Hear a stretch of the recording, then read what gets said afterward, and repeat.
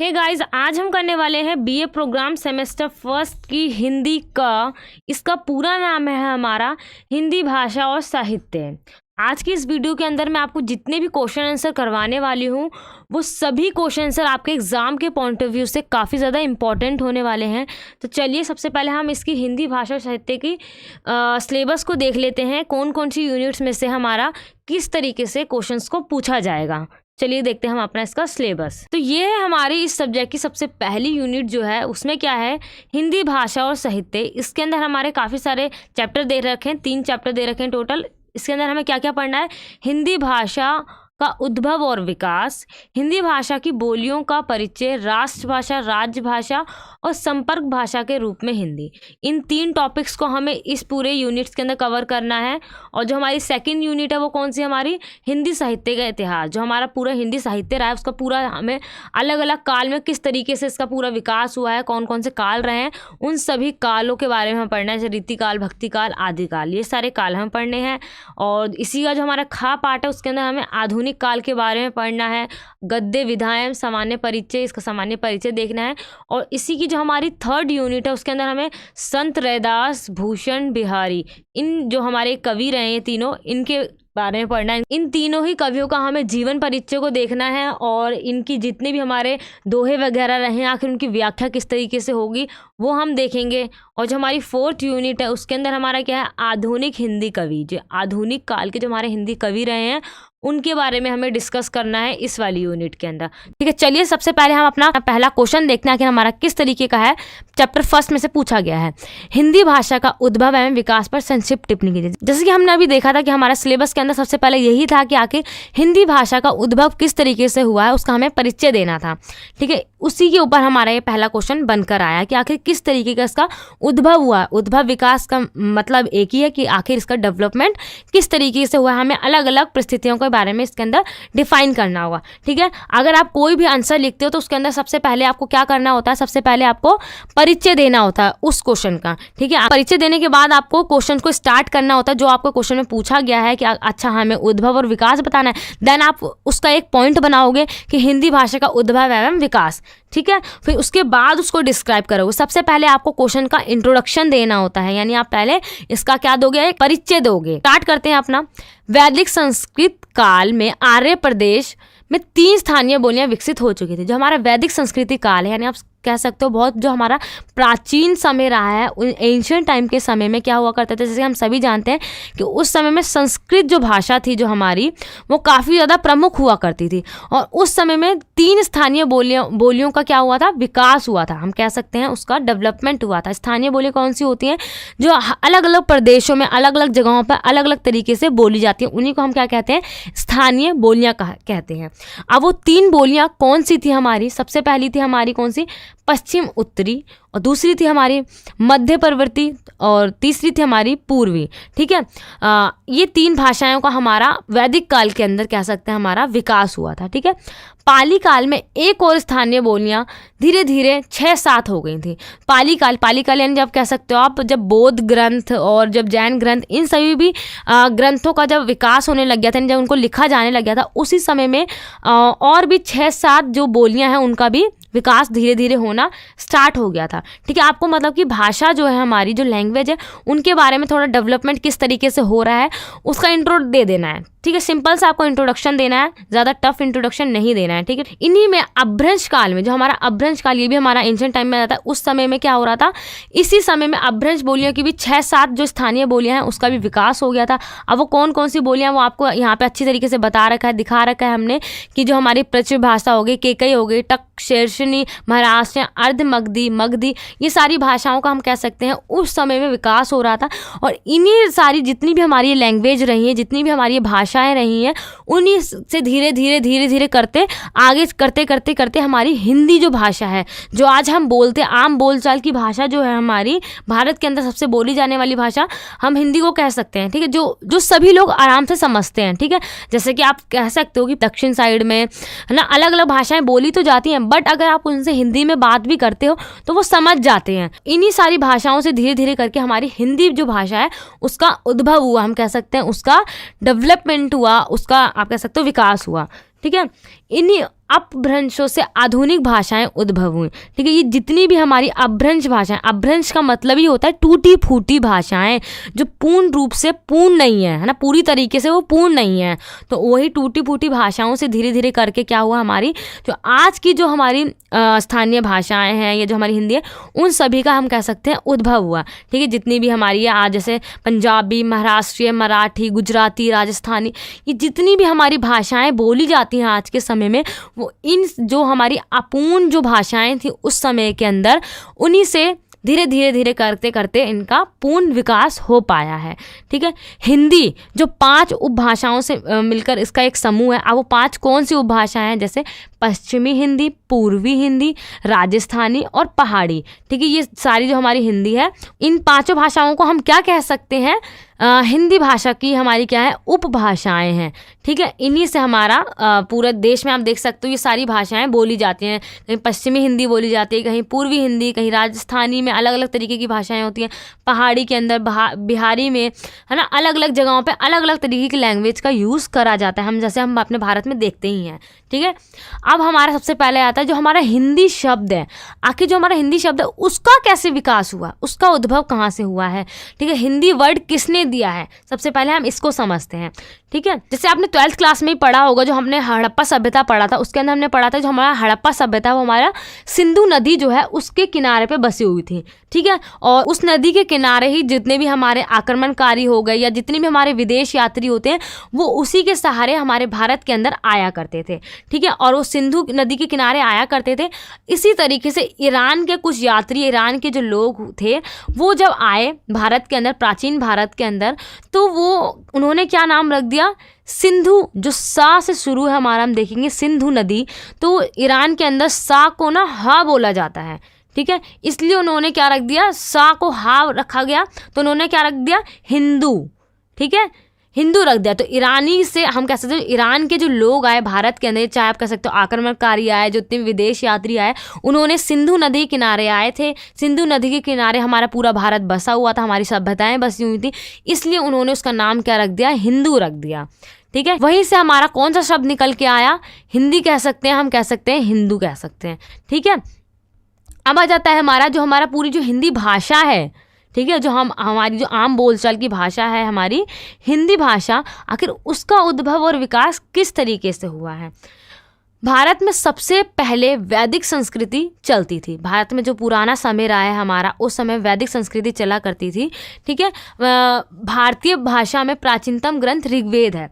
जो हमारा पूरा भारतीय संस्कृति रही है उसके अंदर हमारा सबसे पुराना जो ग्रंथ माना गया है, वो कौन सा ग्रंथ माना गया है, हमारा जो हमारा ऋग्वेद ग्रंथ है, उसको सबसे प्राचीनतम यानी सबसे पुराना ग्रंथ माना गया है, जो हमारा कौन सी लैंग्वेज में लिखा गया था, संस्कृत। इससे हम समझ सकते हैं कि भारत में यानी एंशिएंट टाइम में क्या था, भारत के अंदर संस्कृत भाषा को बोला जाता था, लेकिन संस्कृत भाषा को काफ़ी ज़्यादा शुद्ध माना जाता था, पवित्र माना जाता था, इसलिए ये आम बोलचाल की भाषा नहीं थी, यानी जिसको अछूता माना जाता था, यानी जो नीची जाति ऊंची जाति का इस तरीके का उस समय में काफ़ी ज़्यादा बोलबाला था। ठीक है, धर्म का बोलबाला था। तो इस वजह से संस्कृत जो भाषा है वो आम पब्लिक जो हुआ करती थी, आम लोग जो हुआ करते, सामान्य लोग जो हुआ करते थे, वो इस भाषा का यूज़ नहीं करा करते थे। ठीक है, संस्कृत भाषा का जो हमारा पूरा समय रहा है वो 1500 ईस्वी पूर्व से लेकर 500 ईस्वी पूर्व तक का रहा है।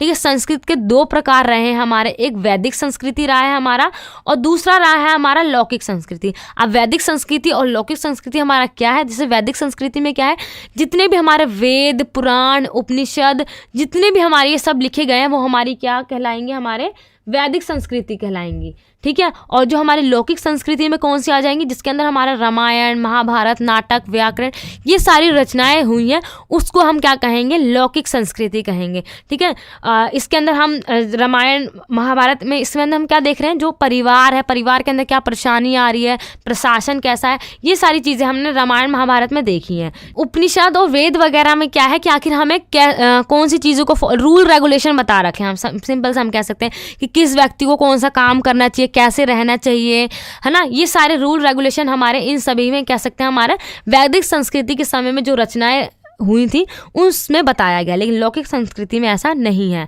ठीक है, लौकिक संस्कृति हम कह सकते हैं जो हमारी आम बोलचाल की भाषा है उसमें लिखा गया है, और इसी से प्रचलित होती है, हमारी पाली भाषा के रूप में ये प्रचलित हुई। ठीक है, पाली भाषा हम कह सकते हैं जो हमारी आम बोलचाल की भाषा थी। ठीक है, क्योंकि उस समय संस्कृत भाषा लोग नहीं बोला करते थे। ठीक है, जो आम लोग हुआ करते थे वो लोग कौन सी भाषा का यूज़ करा करते थे, पाली भाषा का वो यूज़ करा करते थे। अब आ जाता है जो हमारी हिंदी भाषा है उसको 3 कालों में हम कह सकते हैं विभाजन करा गया, उसको विभाजित किया गया, डिवाइड किया गया है। सबसे पहला जो है हमारा प्राचीन या आदिकाल हिंदी कह सकते हैं, हमारा मध्यकालीन हिंदी कह सकते हैं, थर्ड है हमारा आधुनिक हिंदी। ठीक है, इस तरीके से हम कह सकते हैं जो हमारा हिंदी भाषा है वो 3 कालों में विभाजित किया गया है। ठीक है, इनका सन भी आपको यहाँ पे बता रखा है, या ये भी आपको याद रखना है कि कब से कब तक का हमारा जो प्राचीन या आदिकालीन जो हमारा हिंदी रहा है वो कब से कब तक का उसका पूरा टाइम पीरियड रहा है। सबसे पहले हम समझते हैं हमारा पहला पॉइंट जो हमारा प्राचीन या आदिकालीन हिंदी, इसको समझते हैं। इसमें क्या है, हमारा जो हमारा आदिकालीन समय था हिंदी का, उस समय में जो हिंदी भाषा जो थी हमारी वो अपभ्रंश भाषा के काफ़ी ज़्यादा करीब थी, और हिंदी के अंदर जो हमारी हिंदी भाषा है उसके अंदर कई बोलियों का भी बहुत ज़्यादा मिश्रण करता था, अलग अलग तरीके की बोलियों का इसके अंदर हम कह सकते हैं मिश्रण था। और इस समय में क्या हुआ था, हमारा जो आदिकालीन का जो हमारा समय रहा है, इसी समय में अलग अलग तरीके की जो हमारी ध्वनियाँ होती हैं, है ना, वो इस समय में इस काल के अंदर हम कह सकते हैं उसका विकास भी हुआ था। जैसे यहाँ पे आपको एग्जाम्पल दे रखा है, जैसे क्या ए और ओ ये दोनों संयुक्त स्वर अपभ्रंश में नहीं थे, यानी जो ये दोनों जो हमारे ए और ओ हैं वो हमारे क्या थे, वो संयुक्त रूप से मतलब इकट्ठे रूप से अपभ्रंश के अंदर वो उस समय में नहीं बोले जाते थे। लेकिन आदिकालीन समय में जब आया हमारा हिंदी के अंदर, उस समय में क्या हो गया, इन दोनों स्वरों का उच्चारण जो है वो संयुक्त तरीके से होने लगा था, यानी इन दोनों को हम कह सकते हैं एक कर दिया गया। हम कह सकते हैं क्या कर दिया गया, एक कर दिया गया। जैसे कि यहाँ पे बता रखा है, जैसे ए और ओ, ठीक है, ये कर दिया गया। ठीक है, कब, जब आदिकालीन हिंदी का समय आया जब। इसी तरीके से आगे यहाँ पे बता रखा है आदिकालीन हिंदी में क्या हुआ था, आकर क्या हुआ, काफ़ी ज़्यादा संघर्ष भी हुए। अब इसके रूप में काफ़ी ज़्यादा हम कह सकते हैं भिन्नता आ गई थी। अपभ्रंश के समय में हमारा जो हमारा ड और ड है, ये दोनों व्यंजन जो थे वो नहीं बोले जाते थे, लेकिन आदिकालीन के समय में इनका भी क्या कह सकते हैं हम, विकास हो गया था। अपभ्रंश में न, मह, लह संयुक्त व्यंजन थे। ठीक है, मतलब कि इनको संयुक्त रूप से लिखा जाता था, लेकिन आगे चलकर क्या हुआ, इसका विकास हुआ। जब क्या हो गया, इसको हम कह सकते हैं संयुक्त रूप से ना करके इसको हम कह सकते हैं इंडिविजुअल कह सकते हैं, सिंगल सिंगल हो गए। ठीक है, अपने आप में पूर्ण हो गए। ये ना को इस तरीके से लिखा जाने लगा, माँ को इस तरीके से, ला को इस तरीके से। पहले इस तरीके से लिखा जा रहा था, अब इस तरीके से लिखा जाने लग गया। हम कह सकते हैं आगे चलकर इसके अंदर काफ़ी ज़्यादा हम कह सकते हैं परिवर्तन हमें देखने को मिले। व्याकरण की दृष्टि से भी, अब यहाँ पे हमने स्वर और व्यंजन की दृष्टि से देखा किस तरीके का था आदिकालीन समय में। अब देखते हैं जो हमारा व्याकरण की दृष्टि में भी काफ़ी ज़्यादा हम कह सकते हैं अपभ्रंश की काफ़ी ज़्यादा निकट थी हमारी जो हिंदी थी, और इसका काफ़ी ज़्यादा हम कह सकते हैं विकास भी हुआ। 1500 ईस्वी तक आते आते क्या हुआ था, हिंदी अपने पैरों पर खड़ी होना स्टार्ट हो गई थी, यानी धीरे धीरे इसके अंदर डेवलपमेंट तेज़ी से होना स्टार्ट हो गया था। ठीक है, और संयोगात्मक थी, लेकिन आदिकालीन में क्या हो गया था, अपभ्रंश के समय में क्या थी, वो संयोगात्मक थी, यानी काफ़ी शब्दों से वो जुड़ी हुई थी। लेकिन आदिकालीन समय में क्या हो गई, वो वियोगात्मक हो गई, यानी अकेली यानी सिंगल तरीके से लिखी जाने लगी। जैसे हम यहाँ पे देख सकते हैं, जैसे ना अपने में, माँ अपने में, ला अपने में, इस तरीके से जो हमारे व्यंजन है उनको, स्वरों को लिखा जाने लगा। ठीक है, हिंदी में अरबी, फारसी, तुर्की आदि शब्दों की जो संख्या है वो धीरे धीरे बढ़ने लग गई। कब, जब मुसलमानों का आक्रमण कह सकते हैं जब भारत के अंदर होने लग गया, तो अब जो भारत के अंदर जो हिंदू लोग रहा करते थे उनका संपर्क या जितने भी कवि थे उनका संपर्क किससे होने लग गया, मुसलमानों से होने लग गया। अब मुसलमानों की जो भाषा थी वो कौन सी थी, अरबी, फारसी, तुर्की। यहाँ से वो आक्रमणकारी आते थे, या जितने भी मुसलमान या कह सकते हो मुस्लिम शासक रहे हैं उन सब की भाषा यही रही है। तो इसलिए अब धीरे धीरे क्या होने लग गया, हिंदी के अंदर इन शब्दों का, जो अरबी के शब्द हो गए, फारसी के शब्द हो गए, तुर्की के शब्द हो गए, इन शब्दों की जो संख्या है वो धीरे धीरे करके बढ़ने लग गई थी। ठीक है, प्रारंभिक जो हिंदी के प्रारंभिक काल में क्या हुआ था, जो डिंगल, पिंगल, ब्रज, अवधी, मैथिली आदि भाषाओं में साहित्य लिखे जाने लगे। ठीक है, अलग अलग आप कह सकते हैं भाषाओं में हमारी जो साहित्य हैं वो लिखे जाने लग गए थे। आगे देखते हैं हम अपना आदिकालीन समय में और हमारा क्या हुआ था। आदिकालीन हिंदी में क्या होता है, विभिन्न प्रभावों से शक्ति प्राप्त कर विकसित हो रही थी। जो आदिकालीन जो हमारी हिंदी थी वो अलग अलग जगहों से अपनी शक्तियों को प्राप्त कर रही थी, यानी अलग अलग भाषाओं के शब्दों को अपने अंदर समेट रही थी, संजो रही थी, और धीरे धीरे इसका हम कह सकते हैं विकास हो रहा था। अब आ जाते हैं हम अपने मध्यकाल पर। मध्यकाल के अंदर क्या है हमारा, जैसे मध्यकाल जो हमारा एक अंधकार का युग भी कहा जाता है हमारा, क्योंकि इस समय में जो धर्म का जो बोलबाल था वो काफ़ी ज़्यादा अधिक हो चुका था। वो भी किस धर्म का, ईसाई धर्म का। इस काल को हिंदी भाषा के विकास में सर्वोत्तम काल कहा जा सकता है। आप कह सकते हो इसको हम स्वर्ण युग के नाम से भी जानते हैं। जो हमारा मध्यकाल जो हमारे पूरा टाइम पीरियड रहा है, इसको हम हिंदी भाषा के विकास में स्वर्ण युग कहते हैं। यानी ये काफ़ी इस समय में हमारा हिंदी भाषा का काफ़ी अच्छी तरीके से इसका विकास हुआ था। भाषा और साहित्य दोनों की दृष्टि से इस युग में विशेष महत्व है। मध्यकालीन हिंदी पूरी तरह अपने पैरों पर खड़ी हो गई थी। आदिकालीन समय में क्या था, जो हिंदी थी वो धीरे धीरे खड़ी होना स्टार्ट हो रही थी, यानी अपना जो वजूद है वो बनाना इसका स्टार्ट कर रही थी। लेकिन मध्यकाल तक आते आते समय में क्या हो गया, जो हमारी हिंदी थी वो पूरी तरीके से अपने पैरों पर खड़ी हो गई थी। विदेशी भाषाओं के शब्द प्रयुक्त होने लगे। अब क्या होने लगा था कि अब पहले क्या था, जब जो मुस्लिम शासक आए, आक्रमणकारी आए, उनकी वजह से फारसी, अरबी इन शब्दों का विकास होने लग गया था हिंदी के अंदर। और इसी तरीके से अलग अलग, जैसे कि अंग्रेज आए, पुर्तगाली आए, स्पेनी आए, फारसी आए, ये अलग अलग देशों से, बाहर के देशों से और भी लोग जब आए भारत के अंदर, विदेश यात्री हैं, तो उनकी जो भाषाएं थी, उनके शब्द जो थे वो भी हमारी हिंदी भाषा के अंदर समाने लग गए। हम कह सकते हैं हिंदी भाषा जो थी, हमारी हिंदी के अंदर जितनी भी भाषाएं थी वो सारी की सारी इससे प्रभावित होने लग गई, ये वाली भाषाओं से और इन वाली भाषाओं से। ठीक है,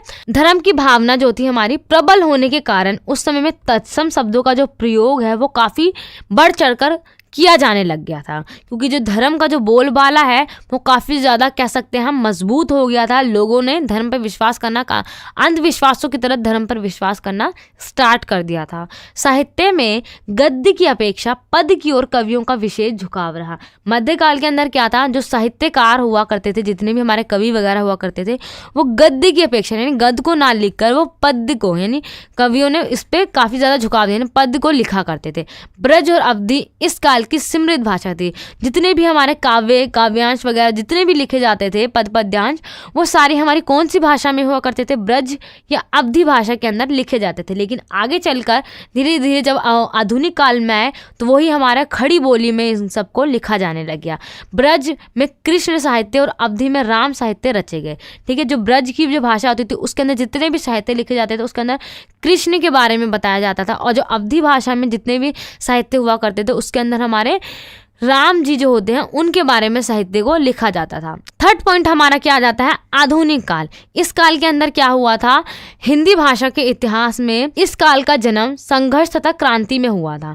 जो हिंदी भाषा का जो इतिहास हुआ वो काफ़ी ज़्यादा संघर्ष और क्रांति पूर्व हुआ इस काल के अंदर। क्यों, जैसे कि अगर आपने 11th क्लास में हिस्ट्री पढ़ी होगी तो आपने सामंतवाद चैप्टर पढ़ा होगा, जो हमारा पूरा मध्यकाल के ऊपर बेस्ड है वो चैप्टर। उसमें बताया गया है किस तरीके से सामंतवादियों ने और ईसाई धर्म ने कैसे अपना पूरा प्रभुत्व जमा रखा था पूरे विश्व के अंदर, और उन्हीं का बोलबाला हुआ करता था। उन्हीं से संघर्ष के बाद, लड़ाई के बाद पूर्ण जागरण काल आया। उसी को हम आधुनिक काल भी कहते हैं अपनी साहित्यिक लैंग्वेज में, और उसी को हम पूर्ण जागरण भी कहते हैं, इंग्लिश में रेनेसा कहते हैं।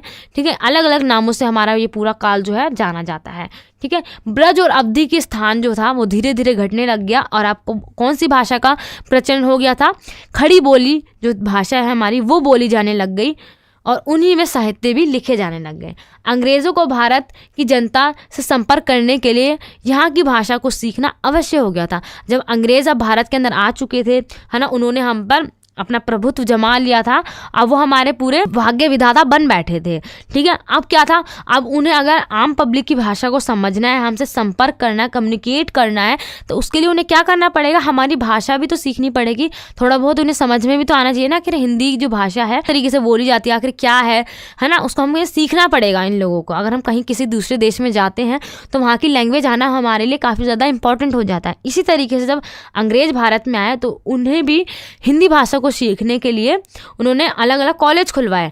1800 ईस्वी में क्या हुआ, अंग्रेज़ों ने कलकत्ता में फोर्ट विलियम कॉलेज की स्थापना करी, जहाँ पर हिंदी का विकास काफ़ी अच्छी तरीके से किया गया। ठीक है, वहाँ पे हिंदी का विकास का प्रारंभ किया गया। अंग्रेजों ने इसका पूरा आप कह सकते हो स्टार्टिंग कर दी थी। 19वीं शताब्दी के उत्तरार्ध में भारत तेंदु युग में खड़ी बोली में गद्य लिखा जाने लगा। जैसे मध्यकाल के अंदर क्या हो रहा था, सिर्फ और सिर्फ पद लिखे जा रहे थे, लेकिन जब भारत तेंदु युग आया, आधुनिक युग आया, आधुनिक काल का जब समय आ गया, उस समय में क्या हुआ, हमारे अब गद्य भी लिखे जाने लगे थे। द्विवेदी युग के समय में हमारा क्या हो गया था, खड़ी जो बोली थी उसके अंदर साहित्य लिखे जाने लगे, उसी को हमने स्वर्ण युग के नाम से हमने इसको पुकारा। ठीक है, आज हिंदी वाणिज्य विज्ञान विधि तकनीक की भाषा है। आज हम क्या कह सकते हैं, जो हमारी हिंदी जो भाषा है उसका जो विकास है बहुत अच्छी तरीके से हो चुका है। अब आज के समय में ये वाणिज्य यानी अगर हम कहीं से किसी से व्यापार करते हैं, विज्ञान के क्षेत्र में, विधि के तकनीक क्षेत्र में, हर जगह हमें हिंदी जो भाषा है हमें देखने को मिलती है। हिंदी भाषा की गणना आज विश्व की उन्नत भाषाओं में होने लग गई है। तो इस तरीके से हम कह सकते हैं जो हिंदी भाषा है हमारी, वो काफ़ी सारे कालों से गुजरते हुए आई, उसका जो विकास है वो बहुत धीरे धीरे हुआ, लेकिन आज के समय में हिंदी जो भाषा है उसकी गणना आज पूरे विश्व के अंदर उन्नत भाषाओं में से की जाती है। इसी क्वेश्चन का आपको एंड में निष्कर्ष बता देना। निष्कर्ष तो आपको डायरेक्ट अपने आप बनाकर लिखना होता है। ठीक है, अगर आप को नहीं पता कि निष्कर्ष कैसे लिखते हैं तो आप हमारे नोट्स में देख सकते हैं कि आखिर निष्कर्ष क्वेश्चन का कैसे लिखा जाता है, किसी भी आंसर को किस तरीके से प्रेजेंट करना है, वो पूरा फॉर्मेट आपको इस पूरे नोट्स के अंदर बता रखा है। ठीक है, आप इसको परचेज कर सकते हैं, इसका लिंक आपको वीडियो के डिस्क्रिप्शन बॉक्स में मिल जाएगा। सेकंड क्वेश्चन है हमारा, हिंदी भाषा क्षेत्र से क्या समझते हैं। जो हमारी हिंदी भाषा का क्षेत्र है उससे हम क्या समझते हैं। हिंदी क्षेत्र की बोलियों को कितने वर्गों में विभाजित किया गया है। जितनी भी हमारी हिंदी भाषाएं हैं उसको अलग अलग क्षेत्रों में अलग अलग तरीके से डिवाइड किया गया, अलग अलग वर्गों में इसको विभाजित किया गया, वो हमें इसके अंदर बताना है। तो सबसे पहले जैसे कि हमें पता है कि हमें सबसे पहले अपने क्वेश्चन का इंट्रो देना होता है। यहाँ पर आप छोटा सा पहले इंट्रोडक्शन दे देंगे कि आखिर जो हमारी हिंदी भाषा क्षेत्र है वो क्या है। हिंदी भाषा के क्षेत्रीय प्रसार को हिंदी भाषाई क्षेत्र कहा जाता है। जो हमारी हिंदी भाषा है उसका जो अलग अलग क्षेत्रों के अंदर जो प्रसार हुआ है, अलग अलग लैंग्वेज के अंदर, अलग अलग भाषाओं के अंदर, उसी को हम क्या कहते हैं, हिंदी भाषाई क्षेत्र के नाम से हम जानते हैं। इसमें दिल्ली, उत्तर प्रदेश, बिहार, झारखंड, मध्य प्रदेश, छत्तीसगढ़, उत्तराखंड, हिमाचल प्रदेश, अलग अलग जितने भी हमारे हम कह सकते हैं प्रदेश है, उनके अंदर अलग अलग तरीके से हिंदी भाषाओं को बोला जाता है। अलग अलग लैंग्वेज है सबकी। इन्हीं प्रदेशों में बोली जाने वाली जितनी भी भाषाएं हैं, हिंदी है, उसी को हम क्या कहते हैं, हिंदी भाषाई प्रदेश के नाम से हम इसको जानते हैं। ठीक है, अब हम देखते हैं यहाँ पे जो हमारी हिंदी भाषा है उसकी 5 उपभाषाएं और 18 बोलियां हैं। इसके अंदर इसको डिवाइड किया गया है। उन 5 भाषाओं में जो सबसे पहली जो हमारी उपभाषाएं आती हैं, उपभाषाओं में सबसे पहली भाषा है हमारी पश्चिमी हिंदी। ठीक है, टोटल 5 हमारी उपभाषाएं, उसमें से सबसे फर्स्ट हमारी पश्चिमी हिंदी है। उन पश्चिमी हिंदी जो हमारी है वो जितनी भी हमारी 5 उपभाषाएं हैं उसमें से सबसे ज़्यादा प्रमुख हमारी कौन सी है, पश्चिमी हिंदी हमारी सबसे ज़्यादा प्रमुख है।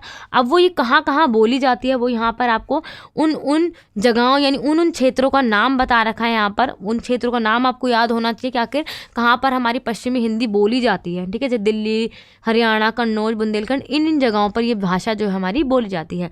इसके अंदर के जो सब पॉइंट हमारी आ जाती है, कन्नौज, बुंदेली और बागरू यानी हरियाणवी। ठीक है, इसके अंदर जो हमारी पश्चिमी हिंदी है इसके अंदर के हमारे सारे पॉइंट यानी पश्चिमी हिंदी के अंदर भी हमारे काफ़ी सारी हिंदी जो भाषा है वो बोली जाती हैं।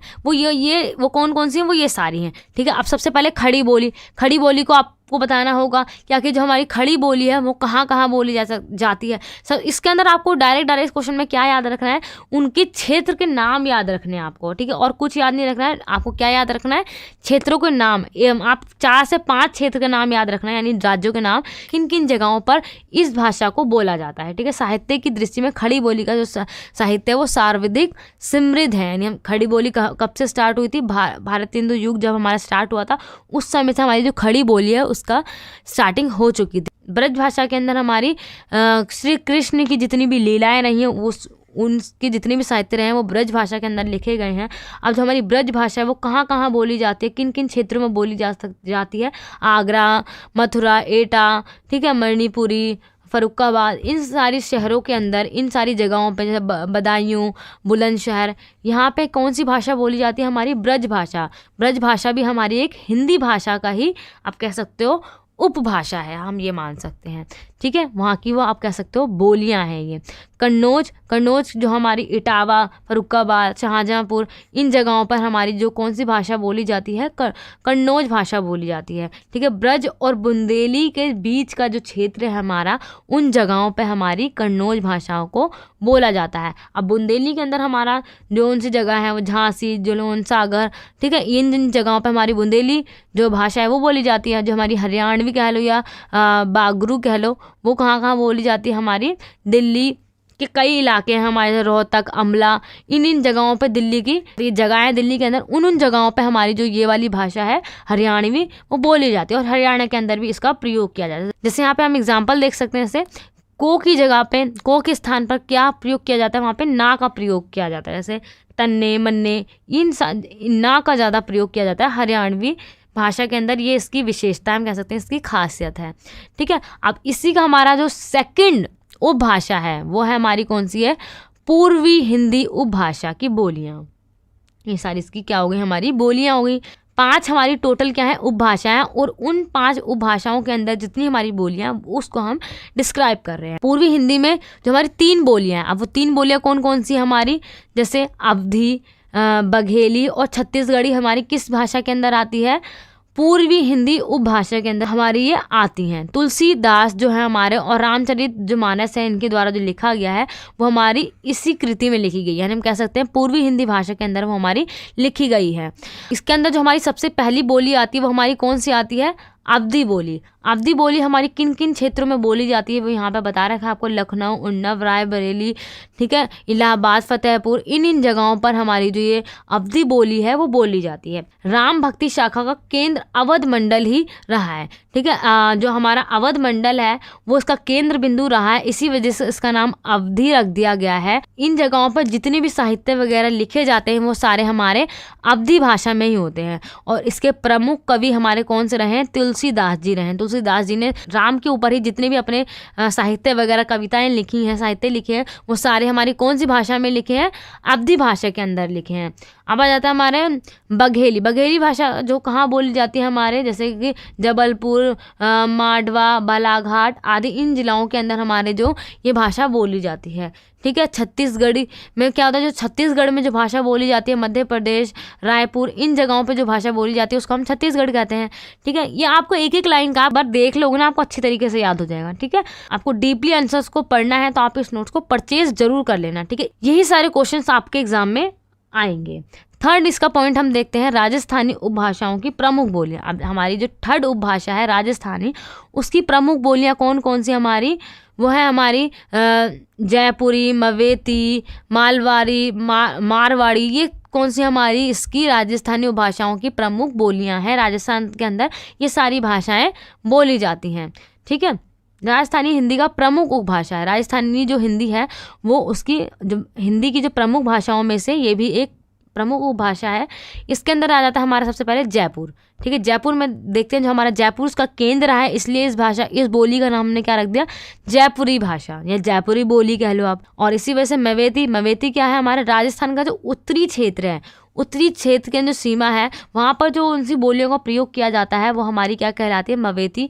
और किन किन जगहों पे बोली जाती है हमारी अलवर, भरतपुर, ठीक है, गुड़गांव, इन जिलों पे हमारी ये भाषा जो है, ये बोली जो है हमें सुनने को मिलती है। मालवी में दक्षिणी राजस्थान की बोलियों को मालवी कहा जाता है। जो राजस्थान है उसका जो दक्षिण का जो पार्ट है वहाँ पर जो बोलियों का प्रयोग होता है उसको हम क्या कहते हैं, मालवी कहते हैं। ठीक है, अब आता है हमारा मारवाड़ी। मारवाड़ी क्या होता है, जो हमारे राजस्थान की जो पश्चिमी क्षेत्र है, जैसे राजस्थान है उसका जो पश्चिमी जो क्षेत्र है वहाँ पर जो बोलियों का प्रयोग होता है उसको हम क्या कहते हैं, मारवाड़ी कहते हैं। ठीक है, जैसे कि यहाँ पे आपको काफ़ी सारे क्षेत्र बता रखे हैं कहाँ कहाँ पे ये बोलियाँ बोली जाती हैं। जोधपुर, बीकानेर, जैसलमेर, उदयपुर, इन जगहों पर हमारी मारवाड़ी भाषा का प्रयोग किया जाता है। अब आ जाता है हमारी चौथी उपभाषा है हमारी बिहारी। बिहारी की जो हमारी उपभाषाएं रही हैं वो कौन सी आ जाती है, हमारी भोजपुरी। जैसे भोजपुरी में क्या है, जो भोजपुर इसका केंद्र रहा है, इसी वजह से इसका नाम क्या पड़ गया, भोजपुरी। ठीक है, भोजपुरी बिहारी की सर्वाधिक बोली जाने वाली भाषा है। सबसे ज़्यादा जो बिहार में प्रयोग होती है वो भोजपुरी भाषा का प्रयोग किया जाता है। ठीक है, इसका भोजपुर जिला जो है वो केंद्र रहा है, इसी वजह से इसका नाम भोजपुर रख दिया गया। मुख्य रूप से हमारी कहाँ कहाँ बोली जाती है, हमारी बिहार के अंदर और उत्तर प्रदेश के अंदर। पूर्वी उत्तर के अंदर ये हमारी बोली जाती है। यहाँ पे आपको क्षेत्र के नाम बता रखे हैं, 4-5 क्षेत्र के नाम याद कर लेना आपको कहाँ कहाँ बिहारी भाषा यानी भोजपुरी भाषा बोली जाती है। भोजपुरी फिल्मों ने इस बोली को राष्ट्रीय एवं अंतर्राष्ट्रीय प्रसिद्धि दी है। जो भोजपुरी के अंदर जितनी भी फिल्में बनती हैं उन्होंने क्या करा है, भोजपुरी भाषा को राष्ट्रीय के अंतर्राष्ट्रीय स्तर पर इसको ले गए हैं और इसके अंदर काफ़ी ज़्यादा प्रसिद्धि हमें देखने को मिलती है। ठीक है, अब आ जाता है हमारा मगही। मगही जो भाषा है हमारी वो बिहार में कहाँ बोली जाती है, पटना के अंदर बोली जाती है। इसी तरीके से जो हमारी मैथिली भाषा जो है इसके ऊपर जितने भी विचारक रहे हैं वो एक मत नहीं है कि ये बिहार की भाषा है भी या इसको हम इसके अंतर्गत ला सकते हैं कि नहीं ला सकते हैं, इसको स्वीकार किया जा सकता है कि नहीं किया जा सकता है हिंदी भाषा के अंदर। फिर भी हम इसको स्वीकारते हुए ये कह सकते हैं कि सभी काफ़ी जगहों पे बोली जाती है। जो ये मैथिली बोली है वो कई जगहों पे बोली जाती है, जैसे उत्तरी बिहार के अंदर, पूर्वी बिहार के अंदर कहाँ कहाँ बोली जाए, मुजफ्फरपुर में, मुंगेरा, भागलपुर, इन जगहों पर, इन जिलाओं पर हमारी ये मैथिली भाषा बोली जाती है। अब आ जाती है हमारी 5वीं यानी आखिरी हमारी उपभाषा जो है हमारी वो क्या है, पहाड़ी उपभाषा। उसके अंदर कौन कौन सी बोलियां हैं, उसके अंदर सिर्फ हमारी एक ही बोली है, वो है हमारी गढ़वाली। ठीक है, पहाड़ी के अंदर जो हमारी भाषा बोली जाती है वो केवल एक भाषा ही है, यानी एक ही बोली का यूज़ किया जाता है, वो भी कौन सी, गढ़वाली बोली का यूज़ करा जाता है। पहाड़ी अंचल के अंदर जैसे हमारा कहाँ कहाँ पे इसका प्रयोग किया जाएगा, जैसे उत्तराखंड, हिमाचल प्रदेश, इन जगहों पर गढ़वाली भाषा का प्रयोग होता है। ठीक है, ग्रियर्सन ने नेपाली को भी पहाड़ी के अंदर रखा है। यहाँ पे एक थिंकर का नाम बताया गया है कि इन्होंने क्या करा है, जो नेपाली जो भाषा है, नेपाली जो लैंग्वेज है, उसको उन्होंने पहाड़ी भाषा के अंतर्गत रखा है। उपभाषा के 2 भाग किए गए हैं। जो हमारी उपभाषा है ये, उसको 2 भागों में डिवाइड किया गया है, एक पश्चिमी और एक मध्यवर्ती। पश्चिमी पहाड़ी के अंदर कौन कौन से कहाँ कहाँ क्या है, जैसे जौनसारी, चमोली, भद्रवाही आदि बोलियां आती हैं। ठीक है, मध्यवर्ती के अंदर जैसे कमाऊनी एवं गढ़वाली ये आ जाती है। ठीक है, मेन हमारा गढ़वाली रहा है। जो हमारा कमाऊ है, कमाऊ खंड, उसके अंदर आ जाने के कारण इस भाषा का नाम यानी इस बोली का नाम क्या बढ़ गया, हमारा कमाऊ पड़ जाता है। ठीक है, कमाऊ बोली में प्रसिद्ध साहित्य भी लिखे गए हैं। कमाऊ ने हिंदी साहित्य में सुमित्रानंद पंत, शेखर जोशी, यहाँ पे अलग अलग आपको साहित्यकारों के नाम दिए गए हैं। इन्होंने क्या लिखे हैं, इस बोली के अंदर अपने साहित्य लिखे हैं। गढ़वाली के अंदर से उत्तराखंड के गढ़वाली खंड की बोली होने के कारण इसका नाम गढ़वाली पड़ गया है। ठीक, उत्तराखंड के गढ़वाल में होने के कारण क्या पड़ गया, इसका नाम गढ़वाली पड़ जाता है। इस बोली के अंदर, इस भाषा के अंदर भी अलग अलग लोक साहित्य हमें देखने को मिलते हैं। हिंदी साहित्य को पीताम्बर दत्त, बर्तवाल, वीरेन डंगवाल और मंगलेश डबराल जैसे जितने भी प्रसिद्ध साहित्यकार रहे हैं, इन्होंने गढ़वाली के अंदर अलग अलग लोक साहित्य लिखे हैं और वो काफ़ी ज़्यादा प्रसिद्ध भी हुए हैं। ठीक है, इस तरीके से जो हमारा सेकंड क्वेश्चन है वो काफ़ी ज़्यादा ईजी था। इसके अंदर आपका कुछ नहीं है, सिर्फ और सिर्फ आपको बोलियों को याद रखना है, किस जगह पर कौन सी भाषाओं का यानी कौन सी बोलियों का प्रयोग हो रहा है। ठीक है, सिर्फ और सिर्फ आपको ये याद रखना है मेन। आगे देखते हैं हम अपना नेक्स्ट क्वेश्चन जो हमारा थर्ड क्वेश्चन है हमारा, आदिकाल के नामकरण को समझाते हुए उसकी परिस्थितियों का वर्णन करना है। इस क्वेश्चन के अंदर हमें सिंपल यही बताना है कि आखिर जो हमारा आदिकाल है, जो हमने अभी ऊपर भी पढ़ा किस तरीके के हमारा ये काल रहा है, सबसे पहला काल हमारा आदिकाल रहा है। उस समय में कौन कौन सी परिस्थितियाँ थी, यानी उस समय में कैसी धार्मिक परिस्थिति थी, कौन सी सामाजिक परिस्थिति थी, कैसी साहित्यिक परिस्थिति थी, उन परिस्थितियों का वर्णन करना है। और डायरेक्ट हमें ये बताना है कि आखिर आदिकाल का नाम, आखिर आदिकाल क्यों पड़ा, उसका नामकरण कैसे हुआ। जैसे एक किसी बच्चे का नामकरण होता है ना, उसी तरीके से इन सभी कालों का भी एक नामकरण हुआ है। अलग अलग जितने भी हमारे कवि रहे हैं, साहित्यकार रहे हैं, उन्होंने अलग अलग अपने मतों से इनका नाम रखा है, फिर एक नाम जाके इसका डिसाइड हुआ। जैसे आदिकाल का नाम आदिकाल पड़ गया, यानी हम कह सकते हैं इसका नामकरण हो गया ये। ठीक है, इस क्वेश्चन को यहाँ पे आंसर में अच्छी तरीके से यहाँ पे आपको बता रखा है, हाईलाइट भी कर रखा है। आप इस नोट्स को परचेस कर सकते हो, का लिंक आपको वीडियो के डिस्क्रिप्शन बॉक्स में मिल जाएगा। ठीक है, इसके अंदर आपको आदिकाल का नाम में यही बताना है। जैसे थिंकर, जैसे आपका सबसे पहले थिंकर आ जाते हैं हमारे यहाँ पे आचार्य रामचंद्र शुक्ल जो है, उन्होंने आदिकाल को सबसे पहले बताया था वीरगाथा काल। उन्होंने कहा था कि इस काल का नाम जो है हमारा वीरगाथा काल होना चाहिए, क्योंकि जो उस समय के जो राजा महाराजा रहे हैं उनकी वीरता को दर्शाता है ये, इसलिए इसका नाम वीरगाथा काल होना चाहिए।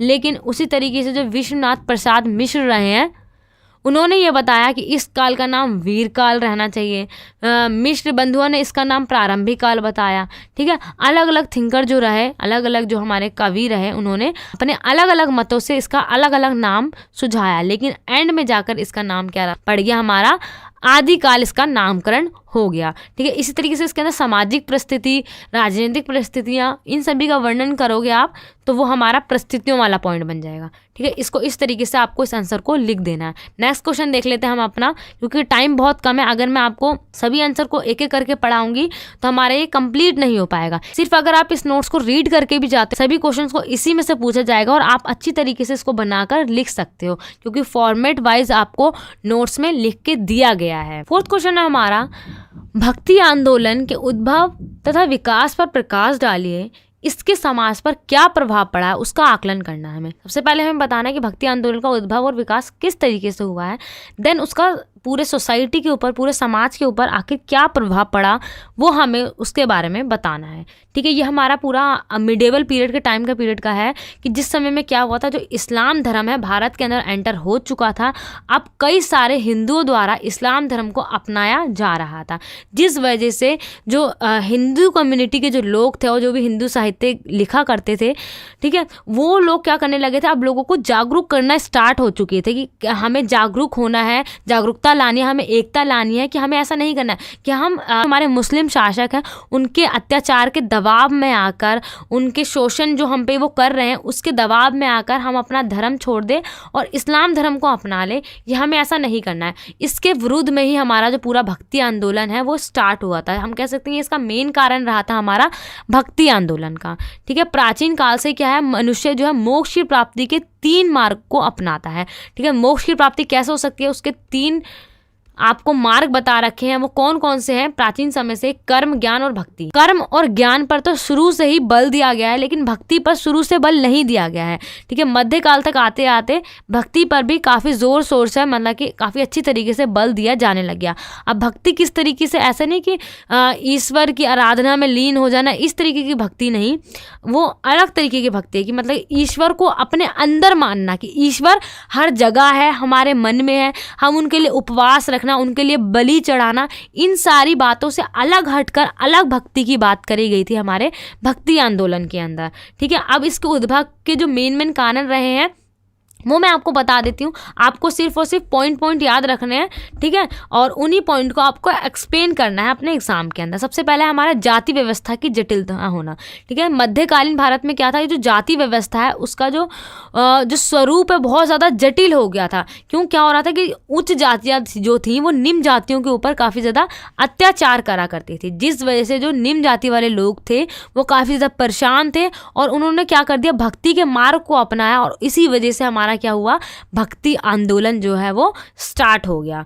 ठीक है, अब दूसरा पॉइंट क्या आ जाता है हमारा यहाँ पर, मुस्लिम अत्याचारी। ठीक है, जो मुस्लिम शासक भारत के अंदर आ चुके थे और इस वजह से जो वो भारत के अंदर जितने लोग थे वो तो हिंदू धर्म को फॉलो करा करते थे, अब वो अत्याचार कर रहे हैं और ज़बरदस्ती इस्लाम कबूल करवा रहे हैं। उनसे सुरक्षा पाने के लिए उन्होंने ईश्वर का जो मार्ग है, भक्ति जो है ईश्वर की, उस मार्ग को अपनाया और इस वजह से हम कह सकते हैं हमारा भक्ति आंदोलन शुरू हुआ।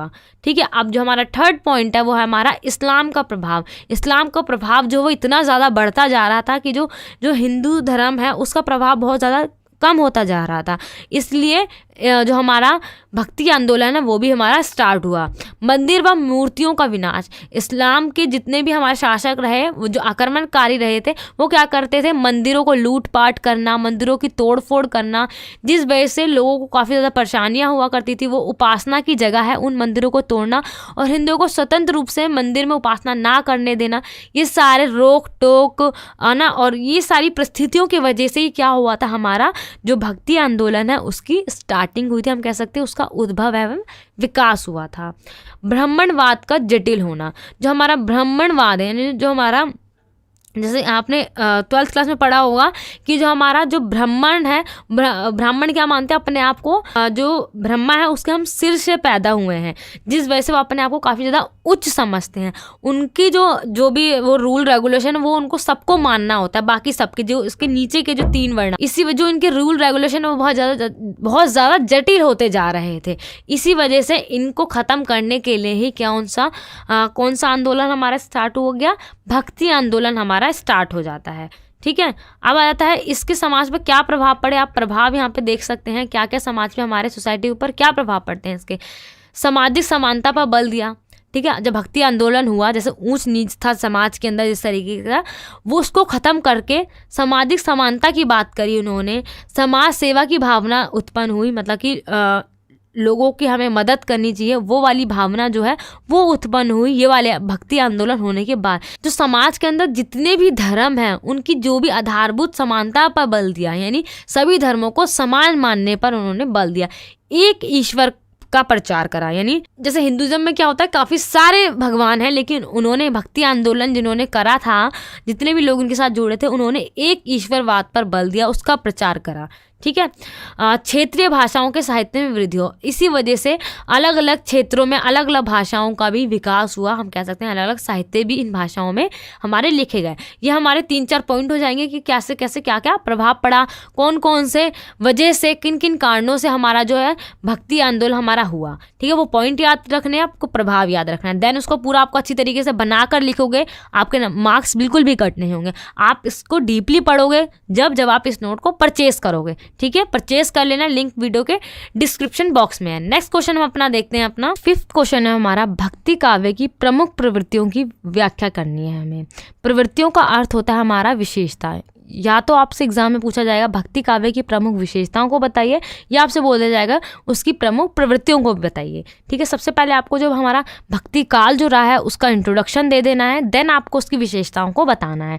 जैसे कि हम जानते हैं जो हमारा मध्य काल है, उसके स्टार्टिंग के काल जो सब जहाँ से वो शुरू हुआ था, उसी काल को हम क्या कहते हैं, हम अपना भक्ति काल कहते हैं। ठीक है, इसके 2 चरण रहे हमारा। पहला चरण में क्या था हमारा, जहाँ से हमारा जो दक्षिण भारत है वहाँ से हमारा भक्ति आंदोलन जो है वो होना स्टार्ट हुआ था।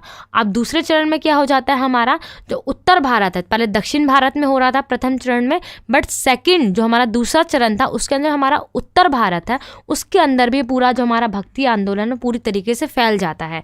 अब वो कैसे फैलता है, उसके क्या रीज़न रहे, उसके क्या कारण रहे, वो हमने अपने 4th क्वेश्चन में पढ़ा। ठीक है, अब इसके अंदर इस क्वेश्चन में मेन बताना है हमें से उसकी प्रमुख प्रवृत्तियाँ क्या रही हैं, उसकी क्या विशेषताएँ नहीं हैं। ठीक है, विशेषताओं में सबसे पहले आपका यही आएगा कि भक्ति काल के अंदर कैसे जो कवि रहे थे उन्होंने कौन कौन से ईश्वर को माना, कैसे ईश्वर को कैसे वो ईश्वर की आराधना करते थे, उनकी उपासना करते थे। ठीक है, अब यहाँ पे मैं आपको चार्ट के द्वारा इसको समझाऊंगी। जैसे जो उसकी प्रवृत्ति है उसको 2 पार्ट्स में डिवाइड किया गया है, 2 भागों में विभाजित किया गया है। ठीक है, सबसे पहला हमारा है निर्गुण भक्ति, दूसरा है हमारा क्या, सगुण भक्ति। निर्गुण और सगुण भक्ति में क्या अंतर होता है, सबसे पहले हम वो समझते हैं। ठीक है, निर्गुण भक्ति वह भक्ति होती है जिसमें ईश्वर का जो निराकार रूप होता है उसकी उपासना की जाती है, यानी ईश्वर का कोई भी आकार नहीं होता है। ठीक है, जैसे आप एग्जाम्पल ले सकते हो, इस्लाम धर्म में यानी मुस्लिम लोग क्या करते हैं, उनके ईश्वर की यानी उनके भगवान की कोई आकार नहीं है, उनकी कोई मूर्ति नहीं है, उसके आगे वो पूजा उनकी उपासना नहीं करते हैं, वो निराकार है, वो ईश्वर के निराकार रूप की पूजा करते हैं। जैसे वो नमाज पढ़ते हैं तो कोई मूर्ति या कोई भी आकार का कोई भी चीज़ उनके सामने नहीं है, वो सिर्फ अपने मन में रखकर उनकी आराधना या कह सकते हो आप उपासना करते हैं। बट जो हमारा सगुण भक्ति होता है, सगुण भक्ति में ऐसा नहीं होता। सगुण भक्ति में क्या होता है, ईश्वर का एक आकार होता है, आकार के रूप में ईश्वर की पूजा की जाती है। यानी आप कह सकते हो ये लोग मूर्ति पूजक होते हैं। ठीक है, जो मूर्तियों की पूजा करते हैं वो होते हैं हमारे सगुण भक्ति वाले। ठीक है, अब इसके जो हमारे प्रमुख कवि रहे हैं निर्गुण भक्ति के, वो हमारे रहे हैं कबीर, और जो हमारे सगुण भक्ति के जो हमारे प्रमुख कवि रहे हैं वो रहे हैं हमारे तुलसीदास जी। ठीक है, अब इन दोनों जो हमारे सगुण भक्ति और निर्गुण भक्ति है, इन दोनों को भी अलग अलग पार्ट में डिवाइड किया गया है। जैसे ज्ञान श्री शाखा और प्रेम श्री शाखा, इसको निर्गुण भक्ति को 2 पार्ट में डिवाइड किया गया है। इसी तरीके से जो हमारे सगुण भक्ति है उसको भी 2 पार्ट में बांटा गया है। कैसे, एक बांटा गया हमारा राम भक्ति शाखा, दूसरा बांटा गया हमारा कृष्ण भक्ति शाखा के अंदर। ठीक है, अब सबसे पहले हम देखते हैं हमारा जो हमारा ज्ञान श्री शाखा है उसके अंदर क्या है। ज्ञान श्री शाखा के अंदर आएगा हमारा, जैसे कि हमने पढ़ा कि जो निर्गुण भक्त होते हैं वो क्या करते हैं, वो ईश्वर के निराकार रूप की पूजा करते हैं। ठीक है, मतलब कि उनकी नाम की या गुरु के महत्व को ज़्यादा इंपॉर्टेंस देते हैं, यानी कह सकते हो उनका सम्मान करते हैं, गुरु का सम्मान करते हैं, ईश्वर के निराकार रूप की पूजा करते हैं, जाति पात जो होता है उसके भेदभाव का विरोध करते हैं, उसको नहीं मानते हैं।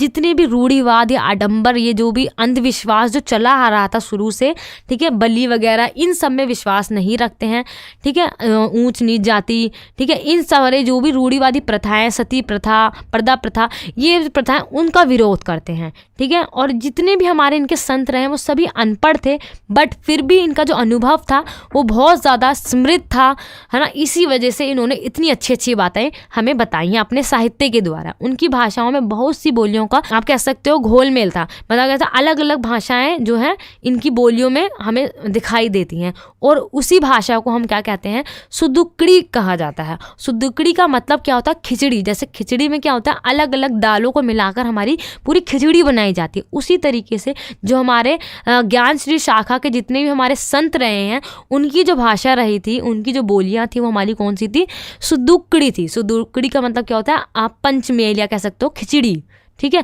और इसके जो प्रमुख संत रहे हैं हमारे, वो कौन से रहे हैं, हमारे कबीरदास जी रहे। यहाँ पे आप कबीरदास का इंट्रो भी दे सकते हो, ठीक है। इस तरीके से हमारा क्या हो गया, हमारा ज्ञान श्री शाखा हो गया। आगे आ जाता है हमारा प्रेम श्री शाखा। प्रेम श्री शाखा में क्या होता है, जिसके अंदर प्रेम की बात हो, ठीक है, प्रेम की बात हो, जहाँ पर सूफी कवियों की काव्य धारा को प्रेम मार्गी माना गया है। जितने भी हमारे सूफी काव्य रहे हैं, उन्होंने प्रेम मार्ग को अपनाया है, इसलिए इनकी जितनी भी साहित्य रहे हैं उसको प्रेम मार्गी माना गया है। प्रेम गाथाएं लिखी गई, उनकी भाषा अवधी रही थी, ठीक है, और दोहा चौपाई, इन सब में इनकी साहित्यों को लिखा गया था। अब आ जाते हैं इनके प्रमुख कवि कौन से रहे, हमारे मलिक मोहम्मद जैसी, इसके जो मुसलमान थे, उन्होंने मतलब क्या आप कह सकते हो, प्रेम श्री शाखा के अंदर अपने साहित्यों को लिखा है, ठीक है।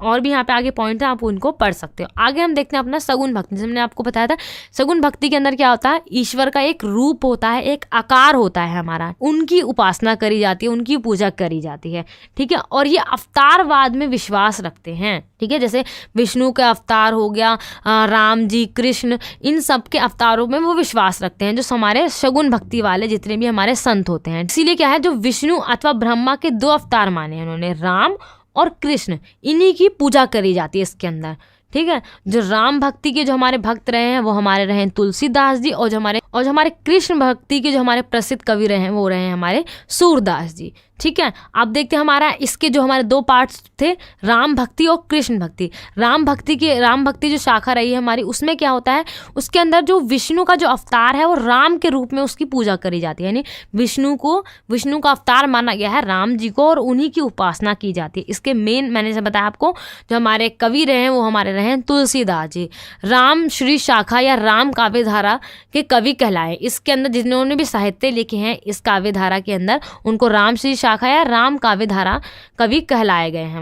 वो राम भक्त होते हैं, जैसे रामानंद, अग्रजदास, ईश्वरदास, तुलसीदास, नभादास, ये अलग अलग और भी हमारे वो रहे हैं कवि, लेकिन उसमें सबसे प्रसिद्ध, सबसे मेन प्रतिनिधित्व करने वाले जो हमारे कवि रहे हैं वो रहे हमारे तुलसीदास जी, ठीक है। आगे इनका स्वरूप किस तरीके का रहा है, क्या क्या किस किस में विश्वास रखते थे, उनकी क्या क्या विशेषताएं थी, वो आपको बताया गया है। जैसे राम का स्वरूप को मानना, भक्ति का स्वरूप मानना, लोक मंगल की भावना, ठीक है, ये इसकी क्या रही है, हम कह सकते हैं खासियत रही है राम शाखा की, राम भक्ति शाखा जो रही है, ठीक है। राम को एक अवतार के रूप में पूजा करना, ठीक है, उनको ये मानना कि वो दशरथ के पुत्र हैं, उनकी उपासना करना, और अवतारवाद में विश्वास रखना। भक्ति जो थी उनके सेवक के रूप में थी, ठीक है, मतलब कि भक्ति जो करेंगे एक सेवा के रूप में करेंगे उनकी। और तुलसीदास ने भक्ति और ज्ञान में अभेद माना है, लेकिन तुलसीदास ने आगे चल के क्या बताया, एक दास और भक्ति जो होती है उन दोनों के अंदर काफ़ी ज़्यादा डिफरेंस है, यानी उन दोनों में अंतर है। भक्ति एक अलग है और दास एक अलग है, ठीक है, उन्होंने ये बताया। लोक मंगल की भावना के अंदर आ जाता है, जैसे कि हमने रामायण पढ़ी, उसमें हमने ये पढ़ा है कि राम के बारे में बताया गया है, सीता के बारे में बताया है, यानी सीता जी एक आदर्श पत्नी है, राम एक आदर्श पुत्र हैं, ठीक है, हनुमान जी एक आदर्श सेवक हैं, कौशल्या एक आदर्श माता, यानी आदर्श मतलब कि सभी लोग बहुत अच्छे हैं, उनका जो चरित्र बताया गया है वो सबका बहुत अच्छा बताया गया है। लोक मंगल की भावना है इसके अंदर, ठीक है, राम भक्ति के अंदर आप कह सकते हो। कृष्ण शाखा के अंदर क्या आएगा हमारा, जो विष्णु के अवतार के रूप में कृष्ण की उपासना करते हैं। और जो हमारे राम शाखा के अंदर क्या था, राम भक्ति शाखा के अंदर, कि वो विष्णु के अवतार के रूप में राम की पूजा करते हैं, यानी राम की उपासना करते हैं। और उसके जो हमारे प्रतिनिधित्व कवि रहे हैं वो कौन रहे, हमारे सूरदास जी रहे हैं। कृष्ण भक्ति का प्रचार ब्रज मंडल में बड़े उत्साह और भावना के साथ हुआ है। यानी जितने भी हमारे कृष्ण भक्ति के ऊपर जितने भी साहित्य वगैरह लिखे गए हैं वो सब ब्रज भाषा के अंदर लिखे गए हैं। और भी हमारे कवि रहे हैं जो बहुत ज़्यादा प्रसिद्ध रहे हैं हमारे कृष्ण शाखा के अंदर, ठीक है। जैसे कि यहाँ पे बता रखा, विद्यापति की जो पदावली में जो विद्यापति ने लिखी थी वो राधा कृष्ण का सिंगारिक वर्णन है, जिसमें 15वीं शताब्दी इनका प्रभाव हिंदी साहित्य पर पड़ा। 15वीं शताब्दी के अंदर उनका जो साहित्य का प्रभाव जो है पूरे समाज के अंदर पड़ा। उन्होंने अपने पदावली में क्या बताया, राधा और कृष्ण का जो श्रृंगार रस का वर्णन करा है उन्होंने, ठीक है। उन दोनों के प्रेम के बारे में उन्होंने बहुत सुंदर तरीके से साहित्य यानी वर्णन करा है। जो इन बाकी जितने भी कवि रहे हैं, जितने भी हमारे कृष्ण भक्ति के जितने भी हमारे कवि रहे हैं, सबसे मेन जो हमारे रहे हैं वो रहे हमारे सूरदास जी। जितने भी कृष्ण काव्य लिखे गए हैं सब हमारे ब्रज भाषा में लिखे गए हैं। सिंपल लैंग्वेज में यहाँ पे पूरा आपका लिख रखा है। आपको कुछ भी अपनी तरफ से कुछ भी ऐड नहीं करना है, ठीक है। सिंपल अगर आप इसी को अच्छी तरीके से पढ़कर जाते हो, थोड़ा बहुत बना कर लिख देते हो, तो आपके अच्छे मार्क्स आसानी से आ जाएंगे, ठीक है। नेक्स्ट क्वेश्चन देखते हैं हम अपना 6th क्वेश्चन जो है हमारा, रीतिकाल के नामकरण संबंधी विवाद, उसका हमें विश्लेषण करना है कि आखिर क्या विवाद रहे हैं रीतिकाल का नामकरण पढ़ने पे, और साथ ही इसके जो साहित्यिक और धार्मिक परिस्थितियां रही हैं। जैसे हमने अभी आदिकाल में पढ़ा था ना कि उसका नामकरण किस तरीके से पढ़ा, उसमें क्या क्या विवाद रहे, अलग अलग जितने भी कवि रहे हैं उन्होंने अपने अलग अलग मत दिए कि इसका नाम ये होना चाहिए, इसका नाम ये होना चाहिए। उसी तरीके से जो हमारा रीतिकाल है उसमें भी यही सब हुआ, और उस समय की जो सामाजिक या धार्मिक या जितनी भी परिस्थितियां रही उनका वर्णन करना है। लेकिन यहाँ पे आपको स्पेशली पूछ लिया गया है डायरेक्ट कि हमें सिर्फ और सिर्फ क्या बताना है, उसमें साहित्यिक और धार्मिक परिस्थिति का वर्णन करना है। ना ही आपको इसके अंदर राजनीतिक लिखना है, ना ही सामाजिक लिखना है। आपको डायरेक्ट इसके अंदर 2 परिस्थितियां बतानी है, एक साहित्यिक परिस्थिति, एक धार्मिक परिस्थिति। उस समय की साहित्यिक परिस्थितियां कैसी थी और धार्मिक परिस्थितियां कैसी थी, ठीक है।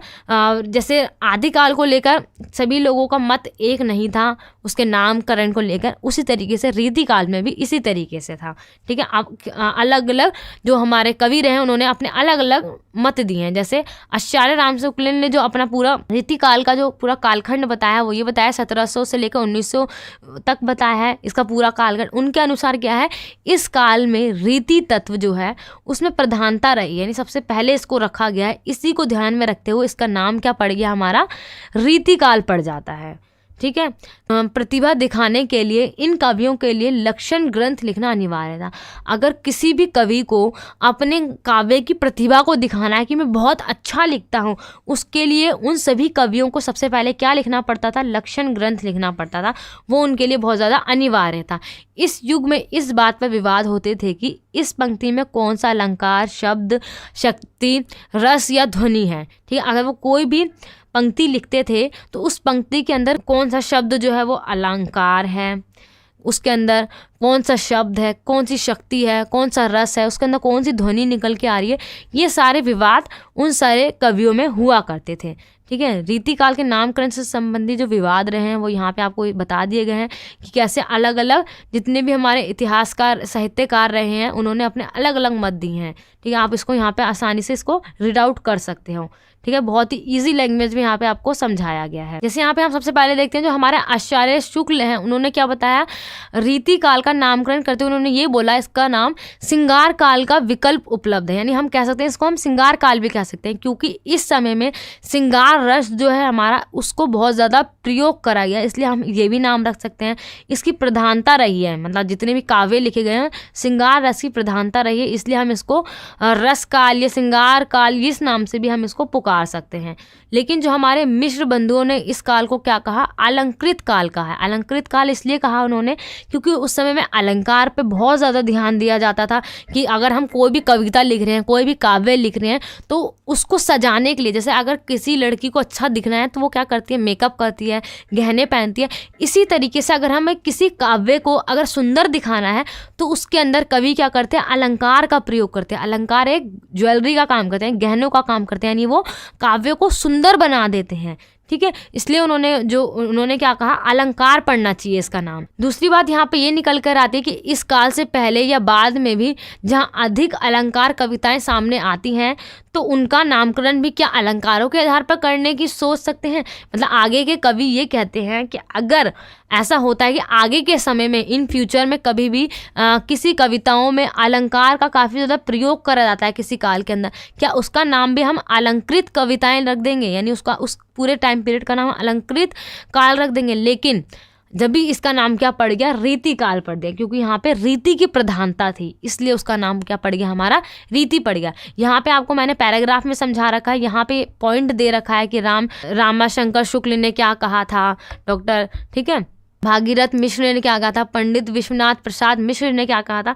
जो बातें वहाँ पे पैराग्राफ में बताई वहाँ पे पॉइंट में भी दे दिया। अगर आप चाहते हो एग्जाम में वैसा लिखना तो वैसा लिख सकते हो, ऐसा चाहते हो तो ऐसे भी लिख सकते हो, ठीक है। अब आज देखते हैं हम अपना जो हमारा धार्मिक परिस्थितियाँ कैसी थी उस समय की। सगुन भक्ति का विशेष प्रचार हुआ, ठीक है। उस समय में भक्ति काल के समय में क्या था, जो सगुन भक्ति थी, यानी भगवान का, यानी ईश्वर का एक आकार के रूप में पूजा करना उस समय में बहुत ज़्यादा विशेष था, यानी प्रचार इसका बहुत ज़्यादा था। राम लोक रक्षक के रूप में पूजे गए। जो राम थे वो लोगों की रक्षा के रूप में बहुत ज़्यादा पूजे जाते थे। कृष्ण का लोक रंजक रूप सर्वाधिक प्रिय था। जो कृष्ण थे वो लोक रंजक के रूप में प्रसिद्ध है, यानी जो कृष्ण जो है सबके मन को भाते हैं, उनका जो नटखटपन है वो लोगों को काफ़ी ज़्यादा लुभाता है। लेकिन राम ने लोगों की मदद करी, है ना, और लोगों की रक्षा करी, वो रूप में उनकी पूजा करी जाती थी। राधा कृष्ण गोपियों ने केंद्र बनी।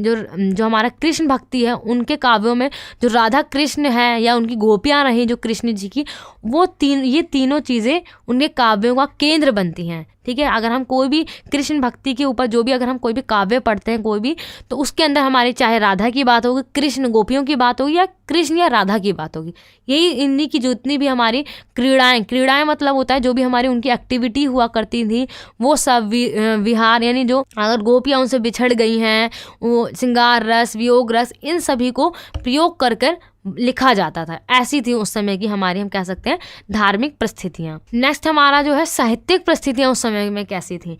साहित्यिक परिस्थितियाँ कैसी थी, कैसे लिखे जाते थे साहित्य। जो काव्य शास्त्री हुआ करते थे, जो भी ग्रंथ वगैरह लिखते थे, वो प्रकृति में श्रृंगार रस, यानी जो श्रृंगार रस है उनका एक कह सकते हो मेन था, वो उसका प्रयोग करते ही करते थे। तो मुक्त काव्यों में भी प्रमुख श्रृंगार को आधार बनाया जाता था। अगर वो मुक्त काव्य भी लिख रहे हैं उसके अंदर भी श्रृंगार रस का प्रयोग करा जाता था, ठीक है। रीति काल से पूर्व हिंदी में भी कुछ कृतियाँ मिलती हैं हमें जो रीति काल की शैली में रची गई हैं, ठीक है। रीति काल से पहले भी हमें काफ़ी ज़्यादा ऐसी कृतियाँ मिलती हैं जो हमारी रीति काल की तरह लिखी गई हैं, ठीक है। आगे देखते हैं हम अपना नेक्स्ट जो हमारा 7th क्वेश्चन है वो क्या हमारा, हिंदी नाटक के उद्भव और विकास को बताइए। हम इसके अंदर हमें जो हिंदी के अंदर हमारे नाटक का किस तरीके से उद्भव और विकास हुआ है उस पर हमें चर्चा करनी है, उसको हमें पूरा इसके अंदर बताना है। सबसे पहले हम इसका इंट्रो लेंगे, यानी परिचय को बताएंगे। हिंदी नाटक का विकास भारतेंदु युग में हुआ है। जो हिंदी नाटक है हमारा उसका जो पूरा विकास, उसका जो पूरा डेवलपमेंट हुआ है जब भारतेंदु जो युग जो था हमारा, उस काल से माना जाता है कि नाटक का हमारा उद्भव और विकास होना शुरू हो गया था। क्योंकि पहले के जितने भी हमारे कवि वगैरह रहे थे वो नाटक को नहीं लिखा करते थे, वो सिर्फ और सिर्फ कौन से पद वगैरह लिखा करते थे, ठीक है, दोहे वगैरह लिखा करते थे, तो इसका विकास नहीं हुआ था। बट जब भारतेंदु जी आए उन्होंने क्या करा, नाटक विधा जो है उसको कह सकते हो आप उसी की शुरुआत करी। किसने, भारतेंदु ने। और इनके युग के अंदर जितने भी और कवि रहे उन सभी ने क्या करा, नाटक का उद्भव और विकास के अंदर बहुत ही महत्वपूर्ण आप कह सकते हो योगदान दिया। हिंदी नाटक का विकास आधुनिक युग से ही संभव हो सका है। मतलब आधुनिक युग जो है हमारा, जैसे रीतिकाल हो गया, आदिकाल हो गया, इस समय के अंदर हमारा हिंदी के अंदर नाटक वगैरह नहीं लिखे जाते थे कवियों के द्वारा। बट आधुनिक युग के अंदर क्या हुआ, हमारा नाटक का विकास होना आप कह सकते हो शुरू हो गया था। अब यहाँ पे बता रखा है हमें हिंदी नाटक के उद्भव और विकास। भारतेंदु हरिश्चंद्र से पूर्व हिंदी में नाटक साहित्य नहीं के बराबर था, मतलब बिल्कुल ही नहीं लिखे जाते थे नाटक वगैरह, ठीक है। अधिकांश नाटक संस्कृत के नाटकों के आधार पर, और जो थोड़े मोड़े जो लिखे भी जाते थे वो क्या, संस्कृत के जितने भी नाटक वगैरह होते थे उसके आधार पर वो लिखे जाते थे। और जो नाटक लिखे भी जाते थे वो पदबद्ध नाटकीय काव्य थे, यानी उनको पद वगैरह के अंदर लिखा जाता था। बट जो भारतेंदु हरिश्चंद्र का जो पूरा युग रहा उस समय के अंदर पद की जगह गद को आप कह सकते हो महत्वपूर्ण स्थान मिला। नाटक को 15वीं शताब्दी में लिखा गया। नाटक का जो आरंभ मान सकते हो 15वीं शताब्दी से मान सकते हो। इसके अंदर काफ़ी सारे हमारे कवि वगैरह रहे जिन्होंने नाटक के उद्भव और विकास के अंदर काफ़ी ज़्यादा योगदान दिया। भारतेंदु युग, जो हमारा भारतेंदु युग रहा, उसके अंदर क्या क्या हम देख सकते हैं। हिंदी नाटक का व्यवस्थित रूप भारतेंदु हरिश्चंद्र के काल से ही दृष्टिगोचर होता है। यानी जो हिंदी के अंदर जो नाटक का जो व्यवस्थित तरीके से जो विकास माना जाता है वो किस समय से माना जाता है। हमारा भारतेंदु हरिश्चंद्र जी का जो पूरा काल रहा है, पूरा जो टाइम पीरियड रहा है, उस समय से हमारा नाटक का आप कह सकते हो व्यवस्थित तरीके से विकास हुआ, ये माना जाता है। भारतेंदु ने जिस नाट्य पद्धति का श्री गणेश किया वह अपने अतीत से भिन्न थी। यानी जो अपने अतीत यानी जो भारतेंदु जी थे उन्होंने क्या पद की स्थान पर गद आप कह सकते हो गद पद्धति के अंदर उन्होंने अपने नाटक वगैरह को लिखना शुरू करा था।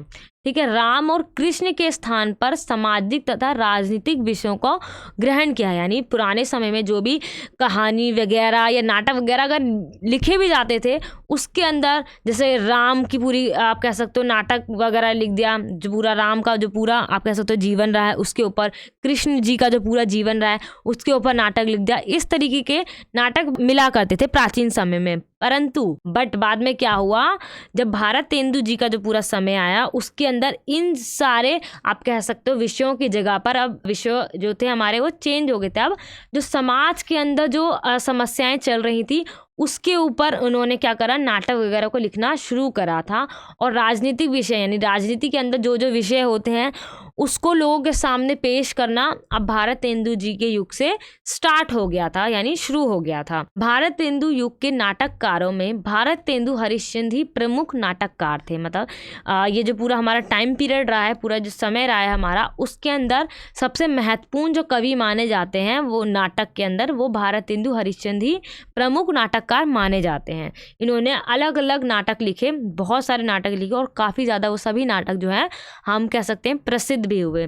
जैसे यहाँ पे कुछ एग्जाम्पल दे रखे हैं आपको, जैसे नील देवी, अंधेर नगरी, प्रेम योगिनी, चंद्रवाली, ठीक है, वेद की, हिंसा, हिंसा न भक्ति, विषय, विषमोधम आदि। ये काफी सारे अलग अलग हम कह सकते हैं इनके क्या रहे, नाटक रहे, जो किसने लिखे थे, भारतेंदु जी ने लिखे थे। आगे हमारा है भारतेंदु के नाटक में सत्य हरिश्चंद्र सबसे अधिक प्रसिद्ध नाटक है।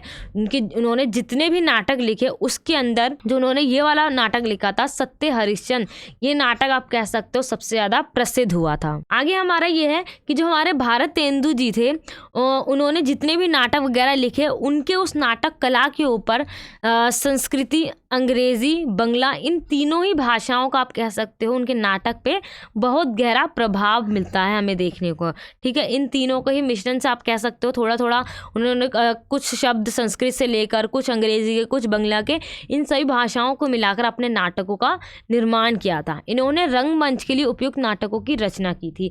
रंगमंच यानी जिन नाटकों को हम रंगमंच पे उतार सकते हैं, लोगों को आप कह सकते हो विजुअल तरीके से हम दिखा सकते हैं, ऐसे नाटक भी इन्होंने कई सारे लिखे और वो लोगों के सामने, दर्शकों के सामने पेश भी किए गए। तो यहाँ पे आप देख सकते हो जो हमारा पूरे ये जो क्वेश्चन है जितने भी वो काफ़ी ईजी लैंग्वेज में आपको समझाए जा रहे हैं और ये नोट्स आप इनको परचेज कर सकते हो। इसका लिंक आपको वीडियो के डिस्क्रिप्शन बॉक्स में दिया गया है। आगे देखते हैं हम अपना भारतेंदु युगीन अन्य नाटक, जो इनके और जो नाटक रहे हैं, काफ़ी सारे नाटक अभी हमने ऊपर देखे, अन्य नाटक भी रहे हैं हमारे इस समय के अंदर, जो पूरा हमारा भारतेंदु हरिश्चंद्र जी का पूरा जो युग रहा था उसके अंदर। भारतेंदु के समकालीन लेखकों में लाला श्रीनिवास दास, रणधीर, प्रेम मोहिनी, प्रहलाद चरित्र, सप्त संवरण तथा संयोगिता संवर, ये 4 नाटक लिखे। अन्य और भी नाटक थे जो भारतेंदु के जो समकालीन थे।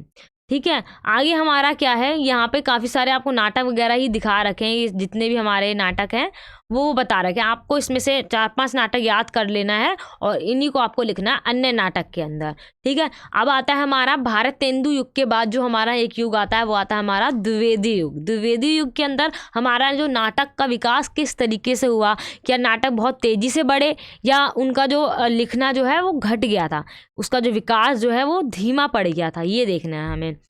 द्विवेदी युग में नाटकों का जो विशेष विकास जो है वो नहीं हो पाया था। ठीक है। जिस तरीके से भारतेंदु युग के समय में नाटकों का बहुत तेज़ी से विकास हुआ था, परंतु वो द्विवेदी युग के अंदर वो विकास नहीं हो पाया था।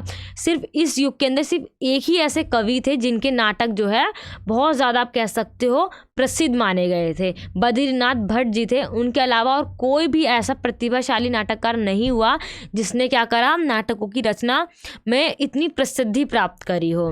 भारतेंदु ने जिस हिंदी रंगमंच की स्थापना की थी, अब वो जो है धीरे धीरे आप कह सकते हो वो ख़त्म होती जा रही थी। मतलब वो उस तरीके से आगे जो है नहीं बढ़ पा रही थी, इसलिए आप कह सकते हैं कि उसका जो विकास जो है वो धीमा पड़ गया था, वो उस तेज़ी से नहीं बढ़ रहा था।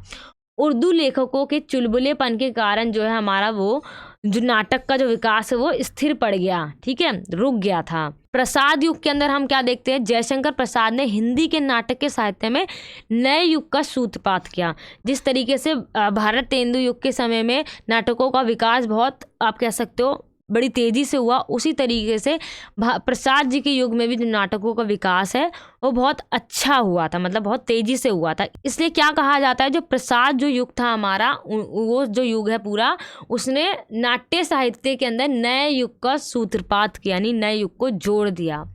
प्रसाद जी ने बोधकालीन भारत के इतिहास को आधार बनाकर ऐतिहासिक तथ्यों के अतिरिक्त घटनाओं, परिस्थितियों तथा चरित्र का समावेश किया। प्रसाद जी के ऐतिहासिक नाटकों में सबसे पहली रचना राजश्री है। इन्होंने बोधकालीन भारत, जो पूरा भारत का इतिहास वगैरह रहा है, उसके ऊपर उन्होंने क्या करे, अपने नाटकों को लिखा था, रचना करी। इसमें हर्षकालीन भारत का चित्रण है, जो उन्होंने नाटक लिखा था ये वाला राजश्री, उसके अंदर जो हमारा हर्षकालीन जो पूरा भारत था उसके बारे में बताया गया। अजातशत्रु से प्रसाद जी की नाटककार के रूप में ख्याति हुई। जो अजातशत्रु एक नाटक लिखा था प्रसाद जी ने, वो नाटक इतना प्रसिद्ध हुआ कि जो प्रसाद जी थे वो बहुत ज़्यादा आप कह सकते हो ख्याति प्राप्त हुई, यानी उनको प्रसिद्धि प्राप्त हुई, वो खुद फेमस हो गए, ठीक है। स्कंदगुप्त और चंद्रगुप्त प्रसाद जी के कह सकते हो आप सर्वश्रेष्ठ नाटक माने जाते हैं, बहुत ही महत्वपूर्ण नाटक माने जाते हैं ये दोनों नाटक जो हमारे रहे हैं। अब आगे हमारा क्या आता है, प्रसाद युगीन अन्य नाटककार।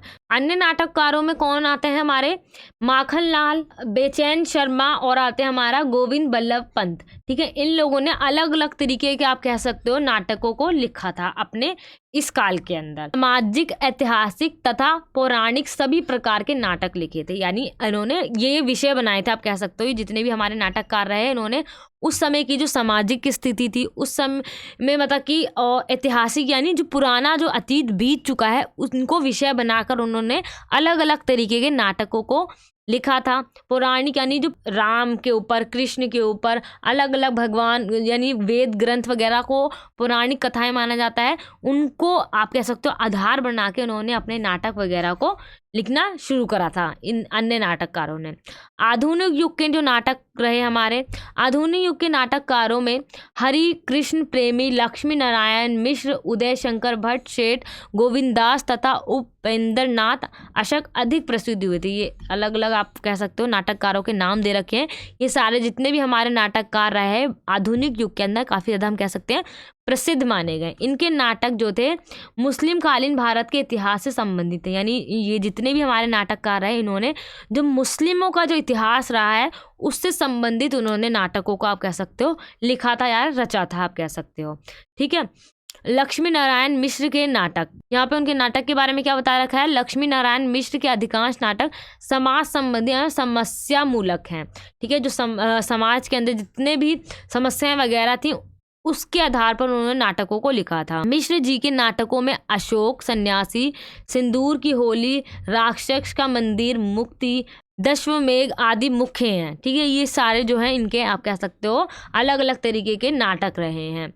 उदय शंकर भट्ट के नाटक के अंदर जो है ऐतिहासिक और पौराणिक नाटक लिखे गए हैं। पौराणिक नाटक में भट्ट जी अधिक सफल हुए। जितने उनके ऐतिहासिक नाटक जो उन्होंने लिखे उसके अंदर उन्हें उतनी प्रसिद्धि प्राप्त नहीं हुई जितने उन्होंने पौराणिक नाटक जितने भी लिखे वो काफ़ी ज़्यादा आप कह सकते हो प्रसिद्ध हुए और वो सफल भी माने जाते हैं उसके अंदर।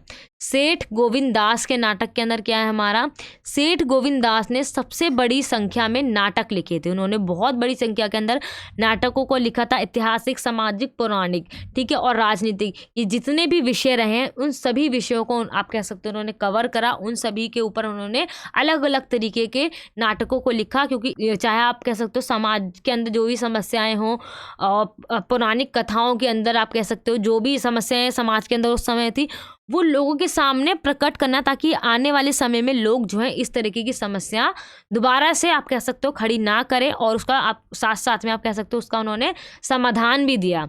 चरित्र चित्रण तथा रंगमंच की दृष्टि से इनके नाटक क्या है, श्रेष्ठ हैं। रंगमंच की यानी उनके नाटकों को रंगमंच पर दर्शकों को भी दिखाया जा सकता था, ऐसे नाटक उन्होंने लिखे थे।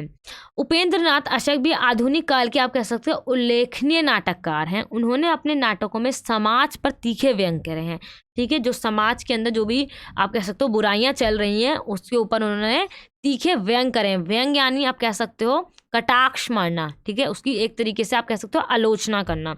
अशोक जी ने नाटकों में सामाजिक समस्याओं का चित्रण यथार्थवादी ढंग से करा। यथार्थवादी यानी आप कह सकते हो बिल्कुल रियलिटी जिसे कहते हैं ना, बिल्कुल सही मायनों में उन्होंने अपने नाटकों के अंदर सामाजिक समस्याओं को आप कह सकते हो दर्शाया है। अन्य नाटककारों के अंदर हमारे कौन कौन से नाटककार रहे हमारे, वृंदावन लाल वर्मा तथा चतुरसेन शास्त्री, जिन्हें पर्याप्त संख्या में आप कह सकते हो नाटक लिखे और समाज की भिन्न भिन्न समस्याओं पर उन्होंने प्रकाश डाला। श्री चतुरसेन शास्त्री के नाटकों में राजपूती संघर्ष प्रस्तुत किया गया है, मतलब इन्होंने इन आप कह सकते हो विषयों पर अपने नाटक वगैरह को लिखे। इस तरीके से हमने अलग अलग कालों के अंदर देखा हमने कि किस तरीके से हमारा जो नाटक का है विकास हुआ, किस समय में किस तरीके के नाटक लिखे जा रहे थे, और किस समय में जैसे द्विवेदी युग के अंदर आके नाटकों का जो विकास है वो धीमा पड़ गया, बट प्रसाद जी के युग में आकर वो वापस से आप कह सकते हो उठ गया, उसका नया सूत्रपात हुआ, और आगे चलकर और भी अन्य नाटककार रहे जिन्होंने क्या करा, अलग अलग तरीके के नाटकों की रचना करी। इस तरीके से हमारा जो पूरा नाटक है उसका पूरा आप कह सकते हो उद्भव और विकास माना जाता है। आई होप ये क्वेश्चन आपको अच्छी तरीके से समझ में आ गया होगा। चलिए देखते हैं हम अपना नेक्स्ट क्वेश्चन। नेक्स्ट क्वेश्चन है हमारा, संत रैदास का परिचय देते हुए उनके भक्ति के स्वरूप को बताइए। सबसे पहले हमें जो हमारे संत रैदास हैं उनका जीवन परिचय बताना है, और उनके भक्ति का स्वरूप किस तरीके का है, क्या वो सगुण भक्ति में लीन थे या एक निर्गुण भक्त कवि थे हमारे, ये बताना है हमें। सबसे पहले इनका परिचय देखते हैं हम अपना।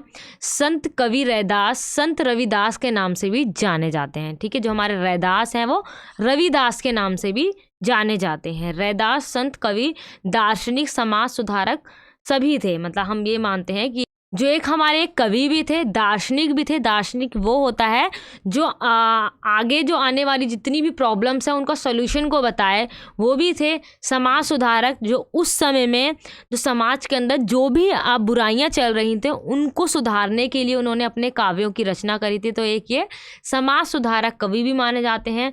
जितनी भी क्रूरतियाँ थी, जितना भी अंधविश्वास था, उन सभी के ऊपर उन्होंने, उनके विरुद्ध उन्होंने क्या करी, अपनी आवाज़ को उठाया।